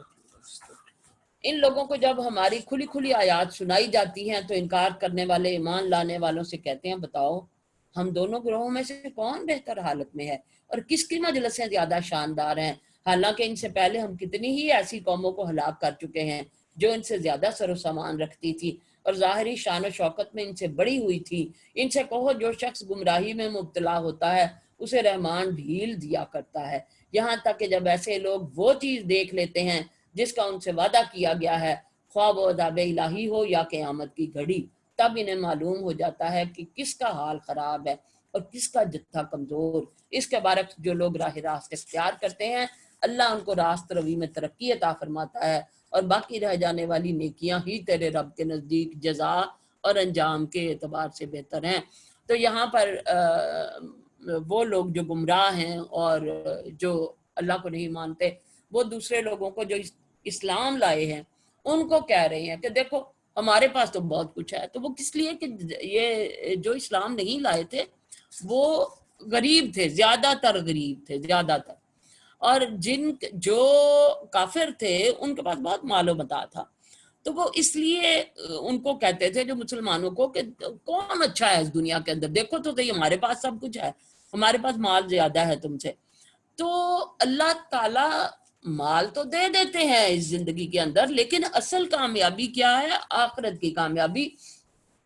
تو دیکھیں سورہ اعراف میں بھی ہم پڑھ چکے ہیں کہ جب جو اعراف کے والے جو لوگ ہوں گے جو درمیانی دیوار پر موجود ہوں گے وہ جہنمیوں سے جن کو وہ پہچانتے ہوں گے اور دنیا میں بڑے مال متاع والے لوگ ہوں گے اور جو دنیا میں اتراتے ہوں گے، تو ان سے وہ پوچھیں گے کہ بتاؤ اب کیا اللہ نے جو وعدہ کیا تھا وہ سچا تو ثابت ہوا؟ تو وہ کہیں گے کہ ہاں ہم نے اس کو سچا پایا. تو جنتیوں سے بھی پوچھا جائے گا تو وہ بھی کہیں گے کہ ہاں ہم نے اللہ کے وعدے کو سچا پایا. تو وہ ہے اصل کامیابی کہ جو قیامت کے بعد اللہ تعالیٰ نے جزا اور سزا دینی ہے. تو اللہ کرے کہ ہم نیک کام کریں اور اس کے بعد ہمیں بھی کامیابی ملے. پھر تم نے دیکھا اس شخص کو جو ہماری آیات کو ماننے سے انکار کرتا ہے اور کہتا ہے کہ میں تو مال اور اولاد سے نوازا ہی جاتا رہوں گا، یعنی بڑا زوم ہے کہ اللہ تعالیٰ دیتا ہی رہے گا. کیا اسے غیب کا پتہ چل گیا ہے یا اس نے رحمان سے کوئی عہد لے رکھا ہے؟ ہرگز نہیں، جو کچھ یہ بکتا ہے ہم اسے لکھ لیں گے اور اس کے لیے سزا میں اور زیادہ اضافہ کریں گے. جس سر و سامان اور لاؤ لشکر کا یہ ذکر کر رہا ہے وہ سب ہمارے پاس رہ جائے گا اور یہ اکیلا ہمارے سامنے حاضر ہو جائے گا. تو جو معلوم متاع ہے سب یہاں پہ رہ جانا ہے. ان لوگوں نے اللہ کو چھوڑ کر اپنے کچھ خدا بنا رکھے ہیں تاکہ وہ ان کے وہ کوئی بھی مددگار نہیں ہوگا وہ سب ان کی عبادت کا انکار کریں گے اور الٹے ان کے مخالف بن جائیں گے۔ تو یہ لوگ جن کی مدد وہ دنیا میں لیتے ہیں، دنیا میں ان کا ساتھ طلب کرتے ہیں، دنیا میں ان سے مدد طلب کرتے ہیں اللہ کے علاوہ، تو وہ قیامت کے دن ان کو کوئی مدد نہیں دیں گے اور قیامت کے دن ان کے مخالف ہو جائیں گے اور ان کے مخالف ہی وہاں پر وہ گواہی دیں گے۔ کیا تم دیکھتے نہیں ہو کہ ہم نے ان منکرین حق پر شیطان چھوڑ رکھے ہیں جو انہیں خوب خوب اکسا رہے ہیں؟ اچھا تو اب ان پر نزول عذاب کے لیے بےتاب نہ ہو، ہم ان کے دن گن رہے ہیں، وہ دن آنے والا ہے جب متقی لوگوں کو ہم مہمانوں کی طرح رحمان کے حضور پیش کریں گے اور مجرموں کو پیاسے جانوروں کی طرح جہنم کی طرف آنکھ لے جائیں گے۔ اس وقت لوگ کوئی سفارش لانے پر قادر نہ ہوں گے بجز اس کے جس نے رحمان کے حضور سے پروانہ حاصل کر لیا ہو۔ تو کہا جاتا ہے کہ 3 عمل میدان حشر میں عزت بخشیں گے۔ وہ کون سے؟ کسی مصیبت زدہ کی مصیبت دور کرنا، تنگ دست مقروض کو قرض میں مہلت دینا اور کسی کے عیب پر پردہ ڈالنا۔ بے نمازیوں کی قیامت کے دن تذلیل ہوگی۔ یہاں پہ بات کر رہے ہیں، اللہ تعالیٰ فرما رہے ہیں کہ مجرموں کو پیاسے جانوروں کی طرح جہنم کی طرف آنکھ لے جایا جائے گا۔ تو کون ہوں گے وہ لوگ؟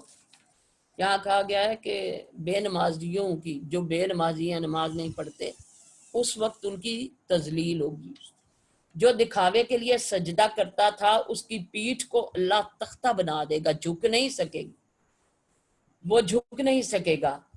جو کسی کی زمین چھینے گا اس کے گردن میں سانپ جیسا توق ہوگا۔ سود خور متکبر لوگ کینچوے کی شکل کے ہوں گے، کینچوے بن جائیں گے، زمین میں پہ رینگ رہے ہوں گے۔ دوسروں پر ظلم کرنے والے اندھیروں میں ہوں گے، بھکاریوں کے منہ پر گوشت نہیں ہوگا۔ ریاکاروں کے بارے میں حشر میں اعلان ہوگا کہ یہ دیکھو دکھاوے باز ہیں۔ اگر کسی نے کسی پر زنا کی تہمت لگائی ہوگی تو اسے میدان حشر میں کوڑوں کی سزا دی جائے گی۔ کچھ لوگوں کی طرف اللہ نظر بھی نہیں کرے گا۔ وہ کون سے لوگ ہوں گے؟ جیسے احسان کر کے جتلانے والا، نیکی کر کے کسی کو ذلیل کرنے والا، اور کچھ لوگ اللہ کی رحمت سے محروم ہوں گے جیسے والدین کا نافرمان۔ اس روز اہل ایمان نور کے ممبروں پر ہوں گے، عرش کے سائے میں ہوں گے۔ وہ دن انہیں ایک نماز کے وقفے تک کا لگے گا، یعنی ایک نماز کے بعد اگلی نماز کے درمیان جو وقفہ ہوتا ہے اتنا ہی لگے گا۔ اللہ کی عدالت کا منظر سامنے ہوگا، گواہ لائے جائیں گے اور متقی لوگوں کو وفد کی شکل میں لایا جائے گا، مہمان بنا کر۔ تو یہاں یہی بات کی جا رہی ہے کہ اللہ تعالیٰ متقی لوگوں کو مہمان بنا کر لائے گا۔ وہ کہتے ہیں کہ رحمان نے کسی کو بیٹا بنایا ہے، سخت بےہودہ بات ہے جو تم لوگ گھڑ لائے ہو۔ قریب ہے کہ آسمان پھٹ پڑے، زمین شک ہو جائے اور پہاڑ گر جائیں۔ اتنی جھوٹی بات کہتے ہیں، اتنی غلط بات کہتے ہیں اس بات پر کہ لوگوں نے رحمان کے لیے اولاد ہونے کا دعویٰ کیا۔ رحمان کی یہ شان نہیں ہے کہ وہ کسی کو بیٹا بنائے۔ زمین اور آسمانوں کے اندر جو بھی ہیں سب اس کے حضور بندوں کی حیثیت سے پیش ہونے والے ہیں۔ سب پر وہ محیط ہے اور اس نے ان کو شمار کر رکھا ہے۔ سب قیامت کے روز فردن فردن اس کے سامنے حاضر ہوں گے۔ یقیناً جو لوگ ایمان لے آئے ہیں اور عمل صالح کر رہے ہیں، ان قریب رحمان ان کے لیے دلوں میں محبت پیدا کر دے گا۔ تو اب یہ آیت جو ہے اس ریفرنس میں اتری کہ اس وقت جو لوگ مسلمان ہوئے تھے ان میں سے کچھ لوگ اس طرح کے تھے جن کی پوری فیملی مسلمان نہیں ہوئی تھی، اور ان کے دوست احباب، ان کی رشتہ داریاں جو ہیں وہ چھٹ گئی تھیں۔ اور اس میں کہتے ہیں کہ حضرت عبد الرحمن بن عوف جو ہے نا، ان کے سارے بڑے بڑے سردار ان کے دوست تھے، اور وہ سارے جو ہیں وہ مسلمان نہیں ہوئے تھے، وہ کافر تھے، سوائے ایک مطلب حضرت ابو بکر صدیق اور حضرت عثمان، 2 لوگ تھے جو مطلب مسلمان تھے، باقی بڑے بڑے جتنے بھی لوگ تھے وہ مسلمان نہیں ہوئے تھے۔ تو کہتے ہیں کہ یہ آیت ان کے لیے اتری تھی کہ جو ایمان لائے اور عمل صالح کریں گے تو عنقریب رحمان ان کے دلوں میں ان کے لیے دلوں میں محبت پیدا کر دے گا۔ اور یہ ایک اور بات میں نے پیچھے بھی عرض کی تھی کہ اللہ تعالیٰ جب کسی سے محبت کرتے ہیں، یعنی انسان جب اچھے کام کرتا ہے اور اللہ تعالیٰ اس سے محبت کرتے ہیں، تو وہ جبرائیل علیہ السلام کو بلا کر کہتے ہیں کہ میں فلاں بندے سے محبت کرتا ہوں اور تم بھی اس سے محبت کرو۔ اور حضرت جبرائیل علیہ السلام جو ہیں وہ پھر فرشتوں کی جماعت میں کہتے ہیں کہ اللہ تعالیٰ جو ہے فلاں بندے سے محبت کرتا ہے، اور تم لوگ بھی اللہ تعالیٰ سے تم لوگ بھی اس بندے سے محبت کرو۔ اور پھر وہ فرشتے بھی محبت کرنے لگ جاتی ہیں، اور پھر وہ فرشتے جو ہیں وہ انسانوں کی جماعت میں جاتے ہیں اور پھر انسانوں کو کہتے ہیں کہ اللہ تعالیٰ اس بندے سے محبت کرتا ہے اور تم لوگ اس بندے سے محبت کرو۔ تو اللہ تعالیٰ اس طرح سے انسانوں کے درمیان بھی محبت پیدا کر دیتے ہیں۔ تو یہاں پر ان کو تسلی دلائی جاتی ہے کہ اللہ تعالیٰ آپ ان لوگوں سے محبت کرے گا، اور اس کے لیے جو ہے وہ دعا مانگنی چاہیے، اللہم ارزقنا حبک حب کل عمل یقربنی الی حبک والی ہے۔ اور ایک اور دعا ہے اللہم اجعل حبک احب الاشیاء الی واجعل خشیتک۔ تو یہ دونوں دعائیں پڑھنی چاہیے۔ اس کے بعد اللہ تعالیٰ فرماتے ہیں پس اے محمد صلی اللہ علیہ وسلم اس کلام کو ہم نے آسان کر کے تمہاری زبان میں اسی لیے نازل کیا ہے کہ تم پرہیزگاروں کو خوشخبری دے دو اور ہٹ دھرم لوگوں کو ڈرا دو۔ ان سے پہلے ہم کتنی قوموں کو ہلاک کر چکے ہیں، پھر آج کہیں تم ان کا نشان پاتے ہو یا ان کی بھنت بھی کہیں سنائی دیتی ہے۔ یہاں پہ یہ سورت ختم ہوتی ہے اور اس کے بعد سورت طٰہٰ شروع ہو رہی ہے۔ اعوذ باللہ من الشیطان الرجیم، بسم اللہ الرحمن الرحیم۔ طٰہٰ میں بھی چونکہ حروف مقطعات سے شروع ہو رہا ہے، اس میں بھی قرآن پاک کی بات ہو رہی ہے۔ ہم نے یہ قرآن تم پر اس لیے نازل نہیں کیا کہ تم مصیبت میں پڑ جاؤ۔ یہ تو ایک یاد دہانی ہے ہر اس شخص کے لیے جو ڈرے، یعنی جو اللہ تعالیٰ سے ڈرتا ہے اسی کے لیے یہ یاد دہانی ہے۔ نازل کیا گیا ہے اس ذات کی طرف سے جس نے پیدا کیا ہے زمین کو اور بلند آسمانوں کو۔ وہ رحمان تخت سلطنت پر جلوہ فرما ہے، مالک ہے ان سب چیزوں کا جو آسمانوں اور زمین میں ہیں اور جو زمین و آسمان کے درمیان ہیں اور جو مٹی کے نیچے ہیں، یعنی کہیں بھی اس کائنات کے اندر کسی بھی جگہ پہ کوئی چیز ہے تو اللہ تعالیٰ اس کا مالک ہے۔ تم چاہے اپنی بات پکار کر کہو، وہ تو چپکے سے کہی ہوئی بات بلکہ اس سے مخفی تر بات بھی جانتا ہے، یعنی چھپی ہوئی بات بھی اللہ تعالیٰ جانتا ہے۔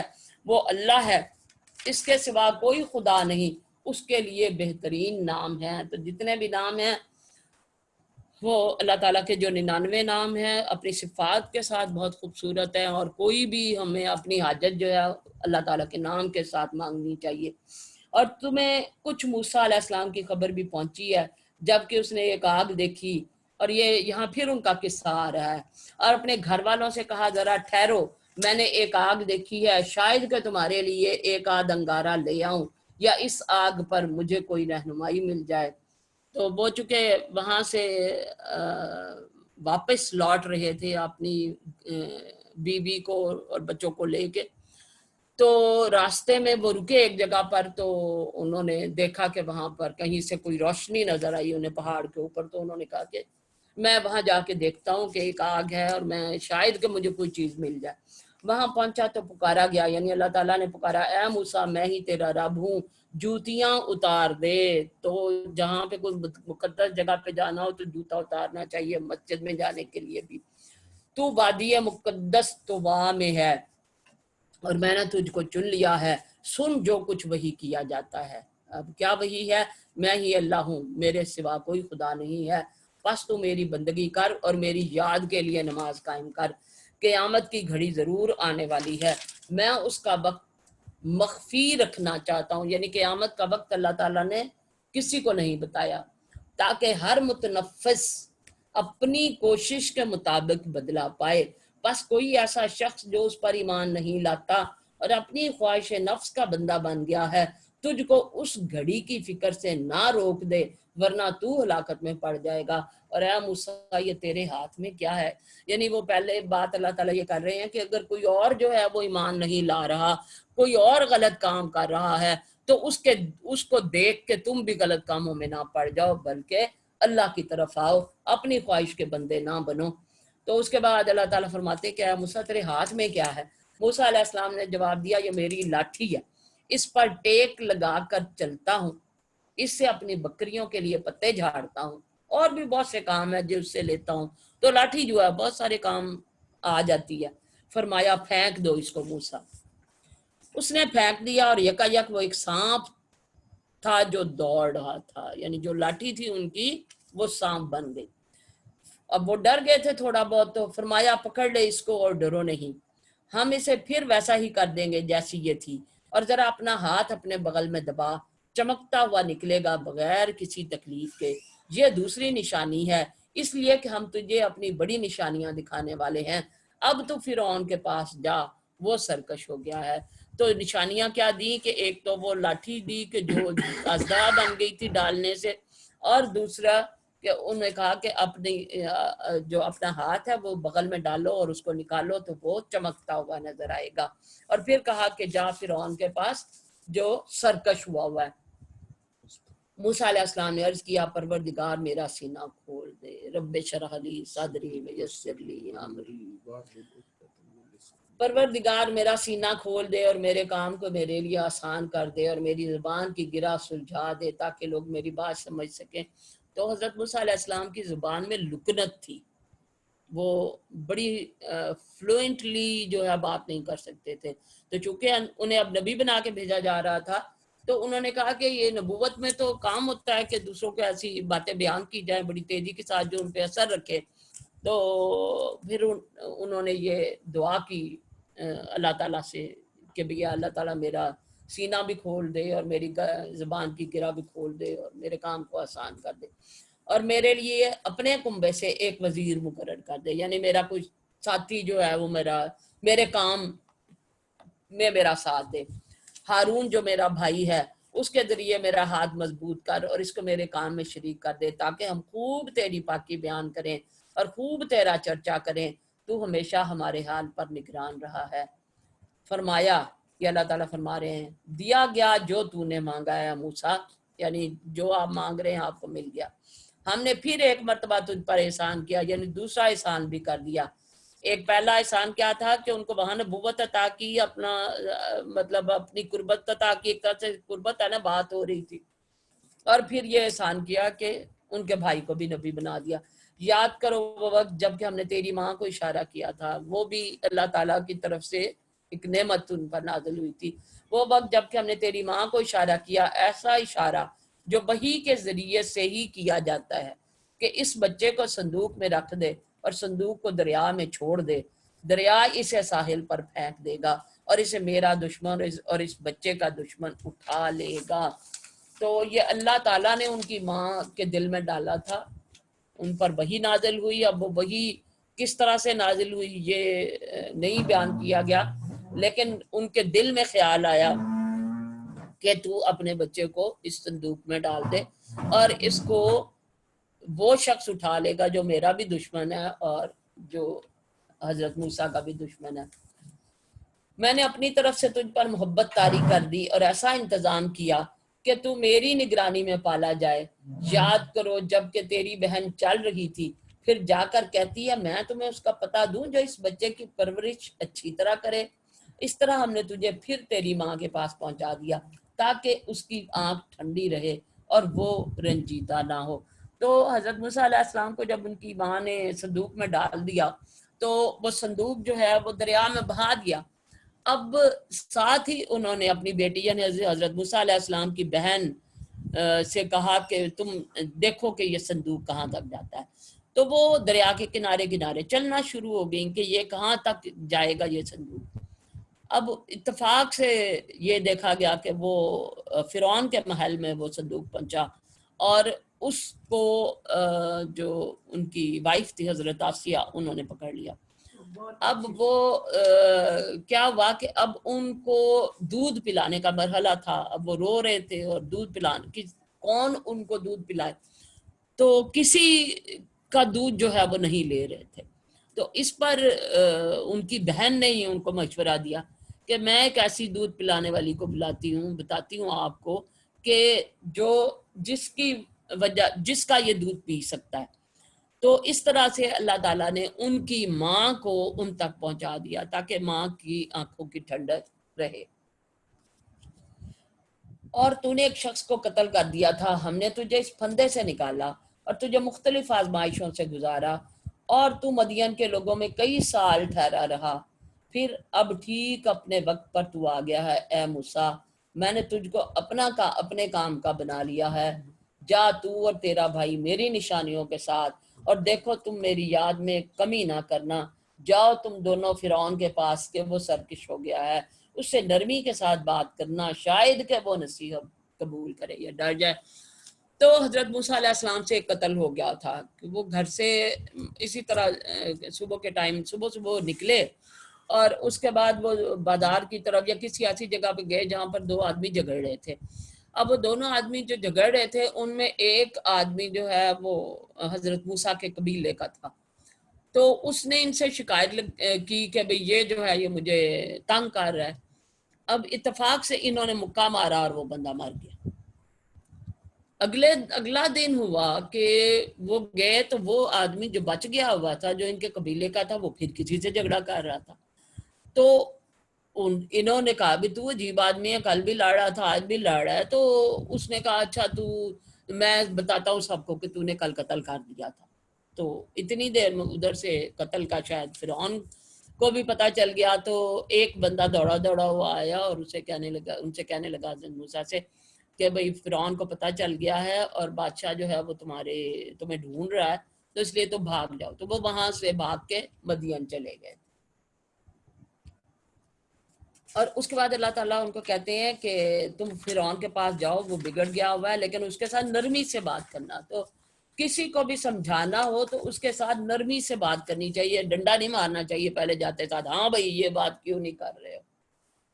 دونوں نے عرض کیا پروردگار ہمیں اندیشہ ہے کہ وہ ہم پر زیادتی کرے گا یا پل پڑے گا، یعنی ڈرتے تھے نا، وہ بادشاہ رہا ہے اور اس کو وہ فالو کرتے رہے۔ فرمایا ڈرو مت، میں تمہارے ساتھ ہوں، سب کچھ سن رہا ہوں اور دیکھ رہا ہوں، جاؤ اس کے پاس اور کہو کہ ہم تیرے رب کے بھیجے ہوئے ہیں، بنی اسرائیل کو ہمارے ساتھ جانے کے لیے چھوڑ دے اور ان کو تکلیف نہ دے، ہم تیرے پاس تیرے رب کی نشانی لے کر آئے ہیں، اور سلامتی ہے اس کے لیے جو راہ راست کی پیروی کرے، ہم کو وحی سے بتایا گیا ہے کہ عذاب ہے اس کے لیے جو جھٹلائے اور منہ موڑے۔ فرعون نے کہا اچھا تو پھر تم دونوں کا رب کون ہے موسیٰ؟ اب موسیٰ سے وہ پوچھنے لگا فرعون۔ موسیٰ نے جواب دیا ہمارا رب وہ ہے جس نے ہر چیز کو اس کی ساخت بخشی، یعنی جس نے ہر چیز بنائی ہے، پھر اس کو راستہ بتایا، ہدایت بھی دی۔ فرعون بولا اور پہلے جو نسلیں گزر چکی ہیں ان کی پھر کیا حالت تھی، یعنی وہ بھی تو اللہ کو نہیں مانتے تھے، تو پھر ایسا کیوں ہوا؟ موسیٰ نے کہا اس کا علم میرے رب کے پاس ایک کتاب میں محفوظ ہے، میرا رب نہ بھولتا ہے نہ چوکتا ہے، وہی جس نے تمہارے لیے زمین کا فرش بچھایا اور اس میں تمہارے چلنے کو راستے بنائے اور اوپر سے پانی برسایا، پھر اس کے ذریعے سے مختلف اقسام کی پیداوار نکالی، کھاؤ اور اپنے جانوروں کو بھی چراؤ، یقیناً اس میں بہت سی نشانیاں عقل رکھنے والوں کے لیے ہیں، اسی زمین سے ہم نے تم کو پیدا کیا، اسی میں ہم تمہیں واپس لے جائیں گے اور اسی سے تم کو دوبارہ نکالیں گے۔ یہاں پر انسان کے مرنے اور دوبارہ زندہ ہونے کی بات کی اللہ تعالیٰ نے کہ یہاں اس زمین سے ہی تمہیں نکالا گیا، یعنی مٹی سے پیدا کیا گیا تھا، مر جاؤ گے مٹی میں جاؤ گے اور اسی مٹی سے دوبارہ نکالے جاؤ گے۔ ہم نے فرعون کو اپنی سبھی نشانیاں دکھائیں مگر وہ جھٹلائے چلا گیا اور نہ مانا، کہنے لگا اب اس کے نہ ماننے کی وجہ کیا تھی؟ تکبر انسان کا جو ہے بیڑا غرق کر دیتا ہے۔ کہنے لگا اے موسیٰ کیا تو ہمارے پاس اس لیے آیا ہے کہ اپنے جادو کے دور سے ہم کو ہمارے ملک سے نکال باہر کرے، یعنی کہ تو خود بادشاہ بن جائے ہمیں جو ہے نکال دے؟ اچھا ہم بھی تیرے مقابلے میں ویسا ہی جادو لاتے ہیں، طے کر لے کب اور کہاں مقابلہ کرنا ہے، اور نہ ہم اس قرارداد سے پھریں گے نہ تم پھرو، کھلے میدان میں سامنے آ جا۔ اور یہ قصہ پیچھے بھی آ چکا ہے، دوبارہ یہاں پہ ہے۔ موسیٰ علیہ السلام نے کہا جشن کا دن طے ہوا اور دن چڑھے لوگ جمع ہوں، تو ایک دن یعنی وہ ان کے لیے تو جشن تھا نا کہ یہ جھوٹا ثابت ہوگا۔ فرعون نے پلٹ کر اپنے سارے ہتھ کنڈے جمع کیے اور مقابلے میں آ گیا۔ موسیٰ نے کہا شامت کے مارو، نہ جھوٹی تہمتیں باندھو اللہ پر، ورنہ ایک سخت عذاب سے تمہارا ستیہ ناش کر دوں۔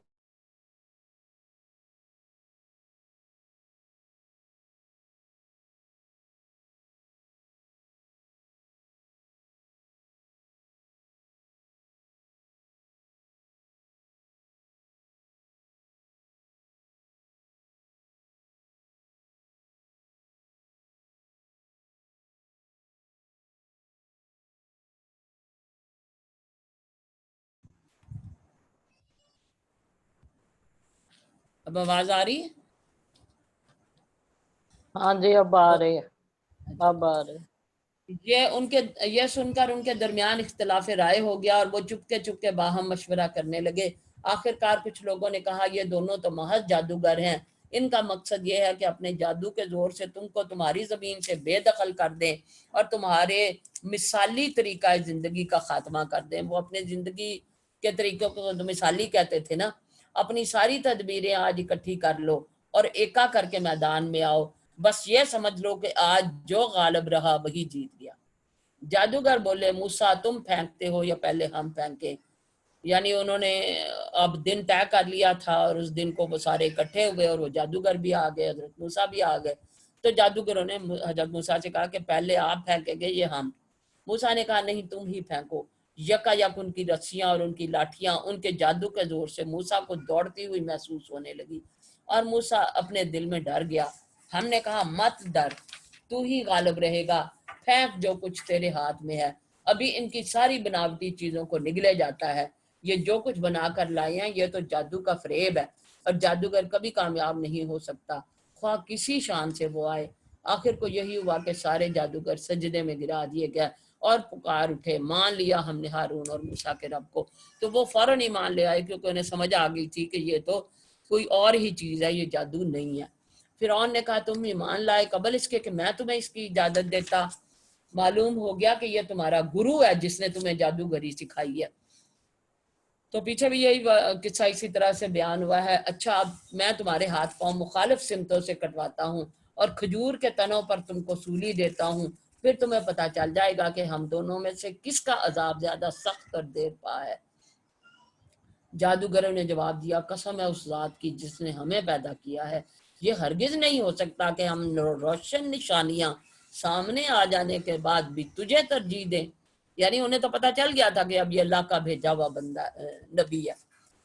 تو جو کچھ کرنا چاہے کر لے، تو زیادہ سے زیادہ بس اس دنیا کی زندگی کا فیصلہ کر سکتا ہے۔ ہم تو اپنے رب پر ایمان لے آئے تاکہ وہ ہماری خطائیں معاف کر دے اور اس جادوگری سے جس پر تو نے ہمیں مجبور کیا درگزر فرمائے۔ اللہ ہی اچھا ہے اور وہی باقی رہنے والا ہے۔ حقیقت یہ ہے کہ جو مجرم بن کر اپنے رب کے حضور حاضر ہوگا اس کے لیے جہنم ہے جس میں وہ نہ جیے گا نہ مرے گا، اور جو اس کے حضور مومن کی حیثیت سے حاضر ہوگا جس نے نیک عمل کیے ہوں گے، ایسے سب لوگوں کے لیے بلند درجے ہیں، سدا بہار باغ ہیں جن کے نیچے نہریں بہہ رہی ہوں گی، ان میں وہ ہمیشہ رہیں گے۔ یہ جزا ہے اس شخص کی جو پاکیزگی اختیار کرے۔ ہم نے موسیٰ پر وحی کی کہ اب راتوں رات میرے بندوں کو لے کر چل پڑ اور ان کے لیے سمندر میں سے سوکھی سڑک بنا لے، تجھے کسی کے تعاقب کا ذرا خوف نہ ہو اور نہ ڈر لگے۔ پیچھے سے فرعون اپنے لشکر لے کر پہنچا اور پھر سمندر ان پر چھا گیا۔ یعنی حضرت موسیٰ نے دریا کے اوپر پہنچ کر اس پہ عصا اپنا مارا، لاٹھی ماری، تو دریا جو ہے وہ دو حصوں میں تقسیم ہو گیا اور اس کے درمیان راستہ بن گیا اور حضرت موسیٰ علیہ السلام اپنی پوری قوم کے لے کر وہاں سے گزر گئے۔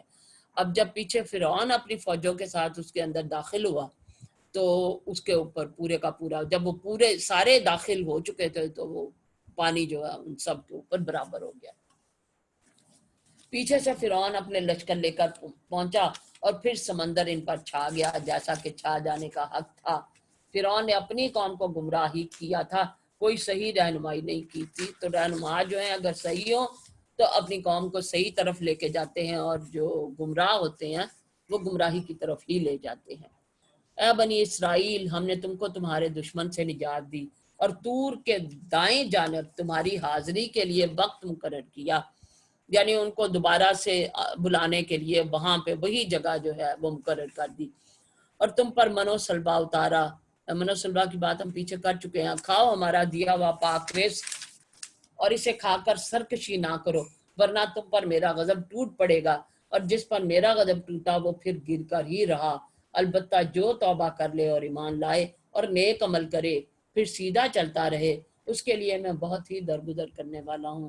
تو اللہ تعالیٰ نیک لوگوں کو جو اللہ کی بات مانتے ہیں، سیدھے راستے پہ چلتے ہیں، ان کے چھوٹے چھوٹے گناہوں کو بھی اللہ تعالیٰ معاف کر دیتا ہے اور اسے درگزر فرماتا ہے۔ اور کیا چیز تمہیں اپنی قوم سے پہلے لے آئی موسیٰ؟ اس نے عرض کیا وہ بس میرے پیچھے آ ہی رہے ہیں، یعنی حضرت موسیٰ جلدی جلدی جو ہے اللہ تعالیٰ سے ملنے کے لیے چلے گئے. تو اللہ تعالیٰ نے فرمایا کہ تم کس لیے اتنی جلدی آ گئے ہو اور باقی لوگوں کو ساتھ نہیں لے کے آئے؟ تو انہوں نے کہا کہ وہ بھی میرے پیچھے آ رہے ہیں، میں جلدی کر کے تیرے حضور آ گیا ہوں اے میرے رب تاکہ تم مجھ سے خوش ہو جا. تو وہ یہ خوشی میں کہ اللہ تعالیٰ سے بات ہوگی اور تاکہ اللہ بھی خوش ہو جائے کہ میں جلدی آ گیا ہوں. تو دیکھیں نیکیوں میں جلدی کرنا، یعنی ہماری ملاقات اللہ تعالیٰ سے کیسے ہوتی ہے؟ نماز کے ذریعے، اور اس نماز میں جلدی کرنا بہت ہی اچھا ہے اور اللہ کو پسند ہے کہ ہم بھی اللہ سے ملاقات کرنے کے لیے جلدی کریں.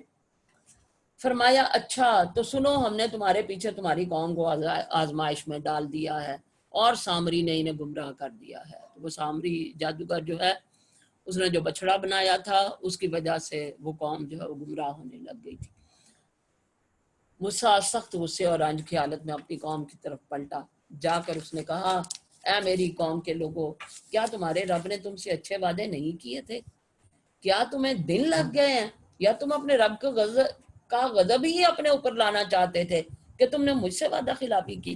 کیونکہ انہوں نے وعدہ لیا تھا کہ تم جو ہے وہ اللہ کے علاوہ کسی کو اپنا خدا نہیں مانو گے. انہوں نے جواب دیا ہم نے آپ سے وعدہ خلافی کچھ اپنے اختیار سے نہیں کی. معاملہ یہ ہوا کہ لوگوں کے زیورات کے بوجھ سے ہم لد گئے تھے اور ہم نے بس ان کو پھینک دیا تھا. یعنی ظاہر ہے وہ سارا کچھ جو کچھ سمیٹ کے اپنے قوم کا لے کر آئے تھے، ان میں زیورات بھی تھے. زیورات ہی ایک ایسی قیمتی چیز ہوتے ہیں جو کہ انسان لے کے چل پڑتا ہے. تو انہوں نے ان کے پاس چونکہ انہیں لگا کہ یہ زیورات کا بوجھ بہت زیادہ ہے تو انہوں نے وہ زیورات پھینک دیے. پھر اسی طرح سامری نے بھی کچھ ڈالا، یعنی وہ سارے زیور اکٹھے کر کے سامری نے اپنی طرف سے بھی کوئی چیز ڈال دی، اور اس نے اصل میں مٹی ڈالی تھی اور ان کے لیے ایک بچڑے کی مورت بنا کر نکال لایا جس میں سے بیل کی سی آواز نکلتی تھی. لوگ پکار اٹھے یہی ہے تمہارا خدا اور موسیٰ کا خدا. موسیٰ اسے بھول گیا. کیا وہ دیکھتے نہ تھے کہ نہ وہ ان کی بات کا جواب دیتا ہے اور نہ ان کے نفع نقصان کا کچھ اختیار رکھتا ہے؟ تو انہیں یہ نہیں سمجھ آئی کہ وہ تو بولتا بھی نہیں ہے تو اس کو وہ خدا بنا بیٹھے. ہارون پہلے ہی ان سے کہہ چکا تھا کہ لوگوں تم اس کی وجہ سے فتنے میں پڑ گئے ہو، تمہارا رب تو رحمان ہے، بس تم میری پیروی کرو اور میری بات مانو. مگر انہوں نے اس سے کہہ دیا کہ ہم تو اسی کی پرستش کرتے رہیں گے جب تک کہ موسیٰ واپس نہ آ جائے.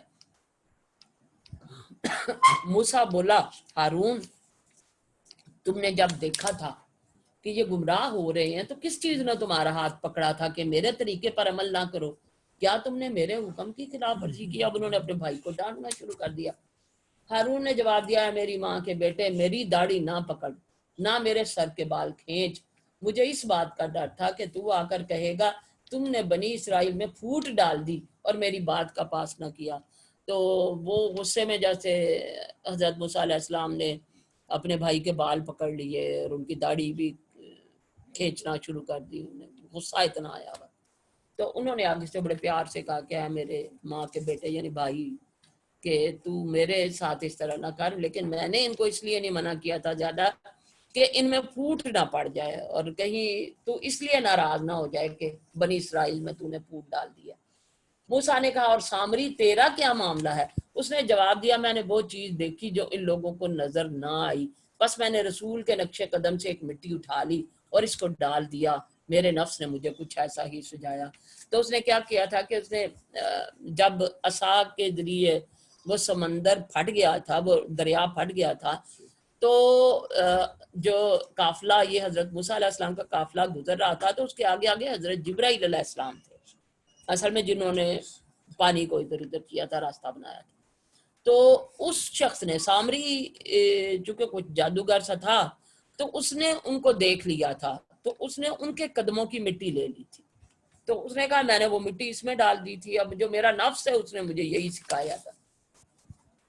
موسیٰ علیہ السلام نے کہا اچھا تو جا، اب زندگی بھر تجھے یہی پکارتے رہنا ہے کہ مجھے نہ چھونا.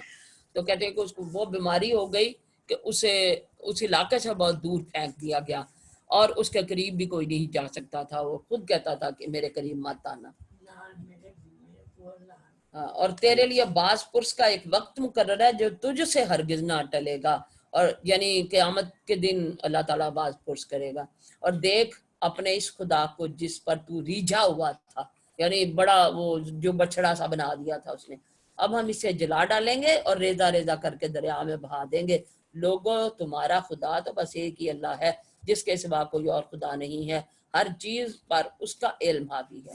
اے محمد صلی اللہ علیہ وسلم، اس طرح ہم پچھلے گزرے ہوئے حالات کی خبریں تم کو سناتے ہیں، اور ہم نے خاص اپنے ہاں سے تم کو ایک ذکر عطا کیا ہے، جو کوئی اس سے منہ موڑے گا وہ قیامت کے روز سخت بارے گناہ اٹھائے گا، اور ایسے سب لوگ ہمیشہ اس کے وبال میں گرفتار رہیں گے، اور قیامت کے دن ان کے لیے بڑا تکلیف دہ بوجھ ہوگا، اس دن جب کہ سور پھونکا جائے گا۔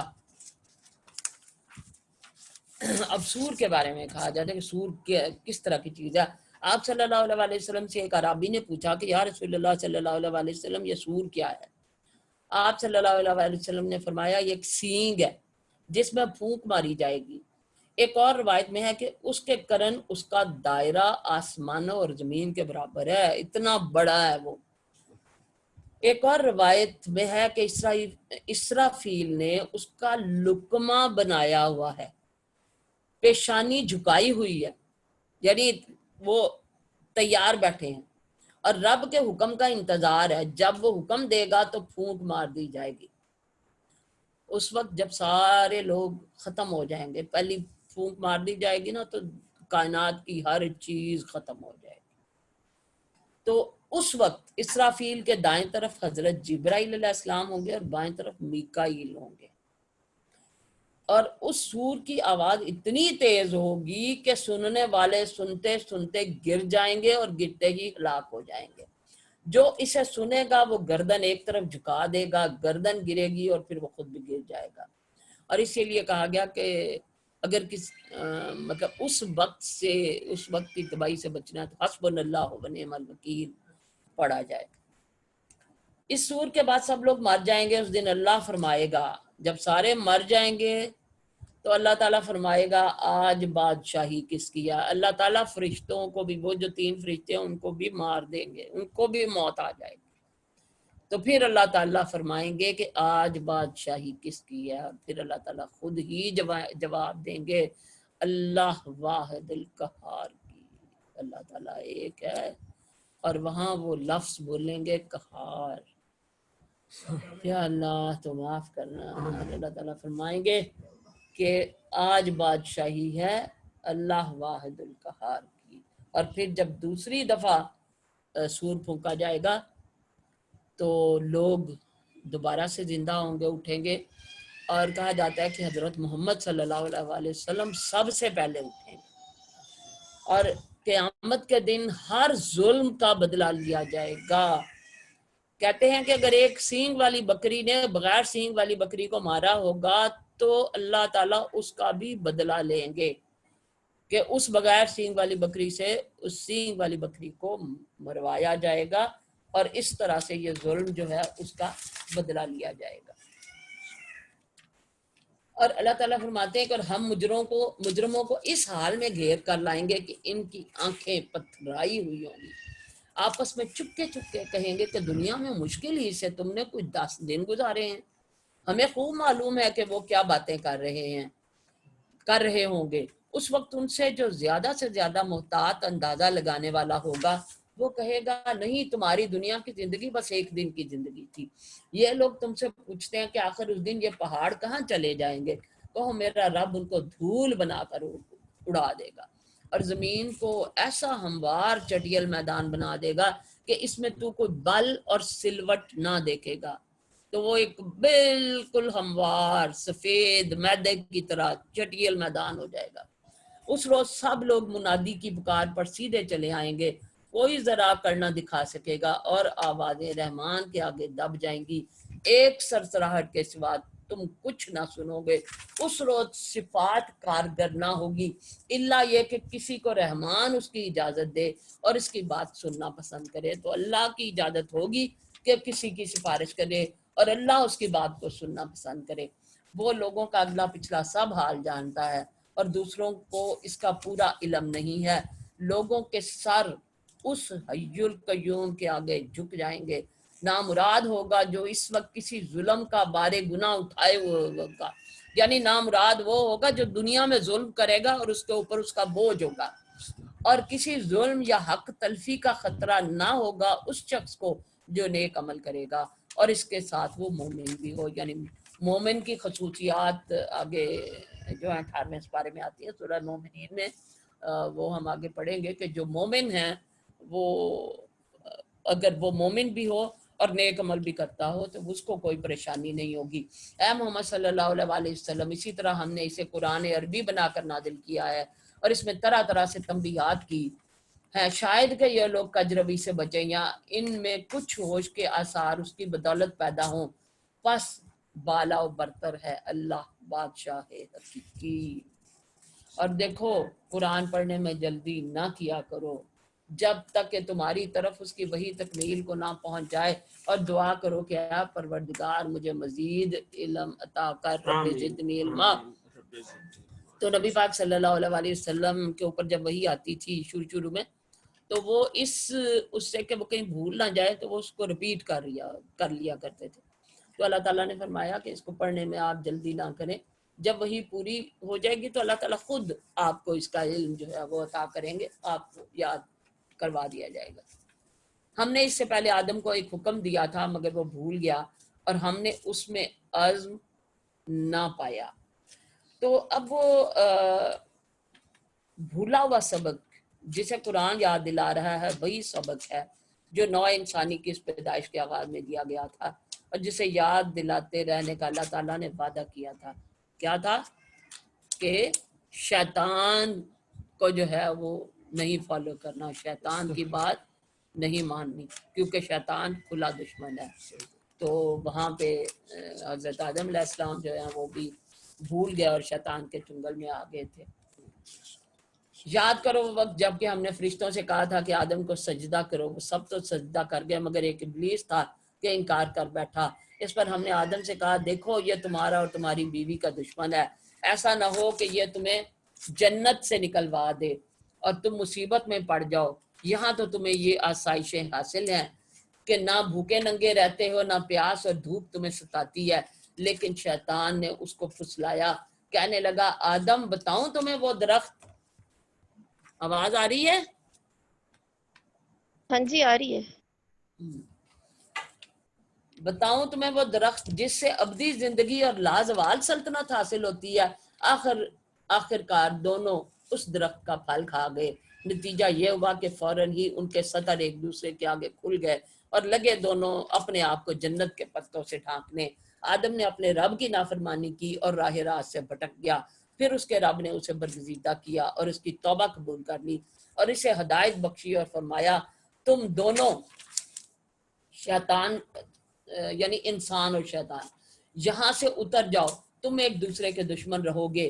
اب اگر میری طرف سے تمہیں کوئی ہدایت پہنچے تو جو کوئی میری اس ہدایت کی پیروی کرے گا وہ نہ بھٹکے گا نہ بدبختی میں مبتلا ہوگا، اور جو میرے ذکر سے منہ موڑے گا اس کے لیے دنیا میں تنگ زندگی ہوگی اور قیامت کے روز ہم اسے اندھا اٹھائیں گے۔ تو اللہ تعالیٰ نے یہاں بھی یہی کہا کہ جو منہ موڑے گا اس ذکر سے اس کو ہم قیامت کے دن اندھا اٹھائیں گے۔ وہ کہے گا پروردگار دنیا میں تو میں آنکھوں والا تھا، یہاں مجھے اندھا کیوں اٹھایا؟ اللہ تعالیٰ فرمائے گا ہاں اسی طرح تو ہماری آیات کو جب کہ وہ تیرے پاس آئی تھی تو نے بھلا دیا تھا، اسی طرح آج تو بھلایا جا رہا ہے۔ اس طرح ہم حد سے گزرنے والے اور اپنے رب کی آیات نہ ماننے والے کو بدلہ دیتے ہیں، اور آخرت کا عذاب زیادہ سخت اور زیادہ دیر پا ہے۔ پھر کیا ان لوگوں کو کوئی ہدایت نہیں ملی کہ ان سے پہلی کتنی ہی قوموں کو ہم ہلاک کر چکے ہیں جن کی بستیوں میں آج یہ چلتے پھرتے ہیں۔ در حقیقت اس میں بہت سی نشانیاں ہیں ان لوگوں کے لیے جو عقل سلیم رکھنے والے ہیں۔ تو وہ بستیاں جن کے عذاب کے بارے میں اللہ تعالیٰ نے یہاں پہ پیچھے ہر بستی کے بارے میں بتایا، تو اللہ تعالیٰ فرماتے ہیں کہ کیا وہ علاقے جو تباہ ہوئے اور ان بستیوں کے بارے میں جو بتایا گیا تو کیا یہ لوگ ان لوگوں کے بارے میں نہیں جانتے کہ جس نے اللہ تعالیٰ کا حکم نہیں مانا تو اس کو اللہ تعالیٰ نے کیا اس کے ساتھ کیا، ان کو کیسے عذاب پہنچایا۔ اگر تیرے رب کی طرف سے پہلے ایک بات طے نہ کر دی گئی ہوتی اور مہلت کی ایک مدت مقرر نہ کی جا چکی ہوتی تو ضرور ان کا بھی فیصلہ چکا دیا جاتا۔ پس اے محمد صلی اللہ علیہ وسلم جو باتیں یہ لوگ بناتے ہیں ان پر صبر کرو، اپنے رب کی حمد و ثنا کے ساتھ اس کی تسبیح کرو سورج نکلنے سے پہلے اور غروب ہونے سے پہلے، اور رات کے اوقات میں بھی تسبیح کرو اور دن کے کناروں پر بھی، شاید کہ تم راضی ہو جاؤ۔ یہاں پر بھی 5 نمازوں کی بات ہو رہی ہے اب، سورج نکلنے سے پہلے یعنی فجر، اور غروب ہونے سے پہلے یعنی عصر، رات کے وقت عشاء، اور دن کے کنارے ظہر اور عصر کی بات ہو رہی ہے یہاں پہ۔ شاید کہ تم دن کا کنارہ جو ہے نا، ایک زوال جب ہوتا ہے ظہر اور مغرب، شاید کہ تم راضی ہو جاؤ اور نگاہ اٹھا کر بھی نہ دیکھو دنیاوی زندگی کی اس شان و شوکت کو جو ہم نے ان میں سے مختلف قسم کے لوگوں کو دے رکھی ہے، وہ تو ہم نے انہیں آزمائش میں ڈالنے کے لیے دی ہے، اور تیرے رب کا دیا ہوا رزق حلال ہی بہتر اور پائندہ تر ہے۔ اپنے اہل عیال کو نماز کی تلقین کرو اور خود بھی اس کے پابند رہو، ہم تم سے کوئی رزق نہیں چاہتے، رزق تو ہم ہی تمہیں دے رہے ہیں، اور انجام کی بھلائی تقوی ہی کے لیے ہے۔ تو یہاں بات یہ ہو رہی ہے کہ جو ہم لوگ جب کسی کا رزق یا کوئی چیز اچھی دیکھتے ہیں تو اکثر اوقات ہم اس کا تذکرہ کرتے ہیں کہ فلاں کے پاس تو یہ ہے، فلاں کے پاس تو یہ ہے۔ تو اللہ تعالیٰ فرماتا ہے کہ دوسروں کی اس طرح کی چیزیں دیکھ کے ان کی شان و شوکت کو دیکھ کے کبھی بھی امپریس نہ ہو۔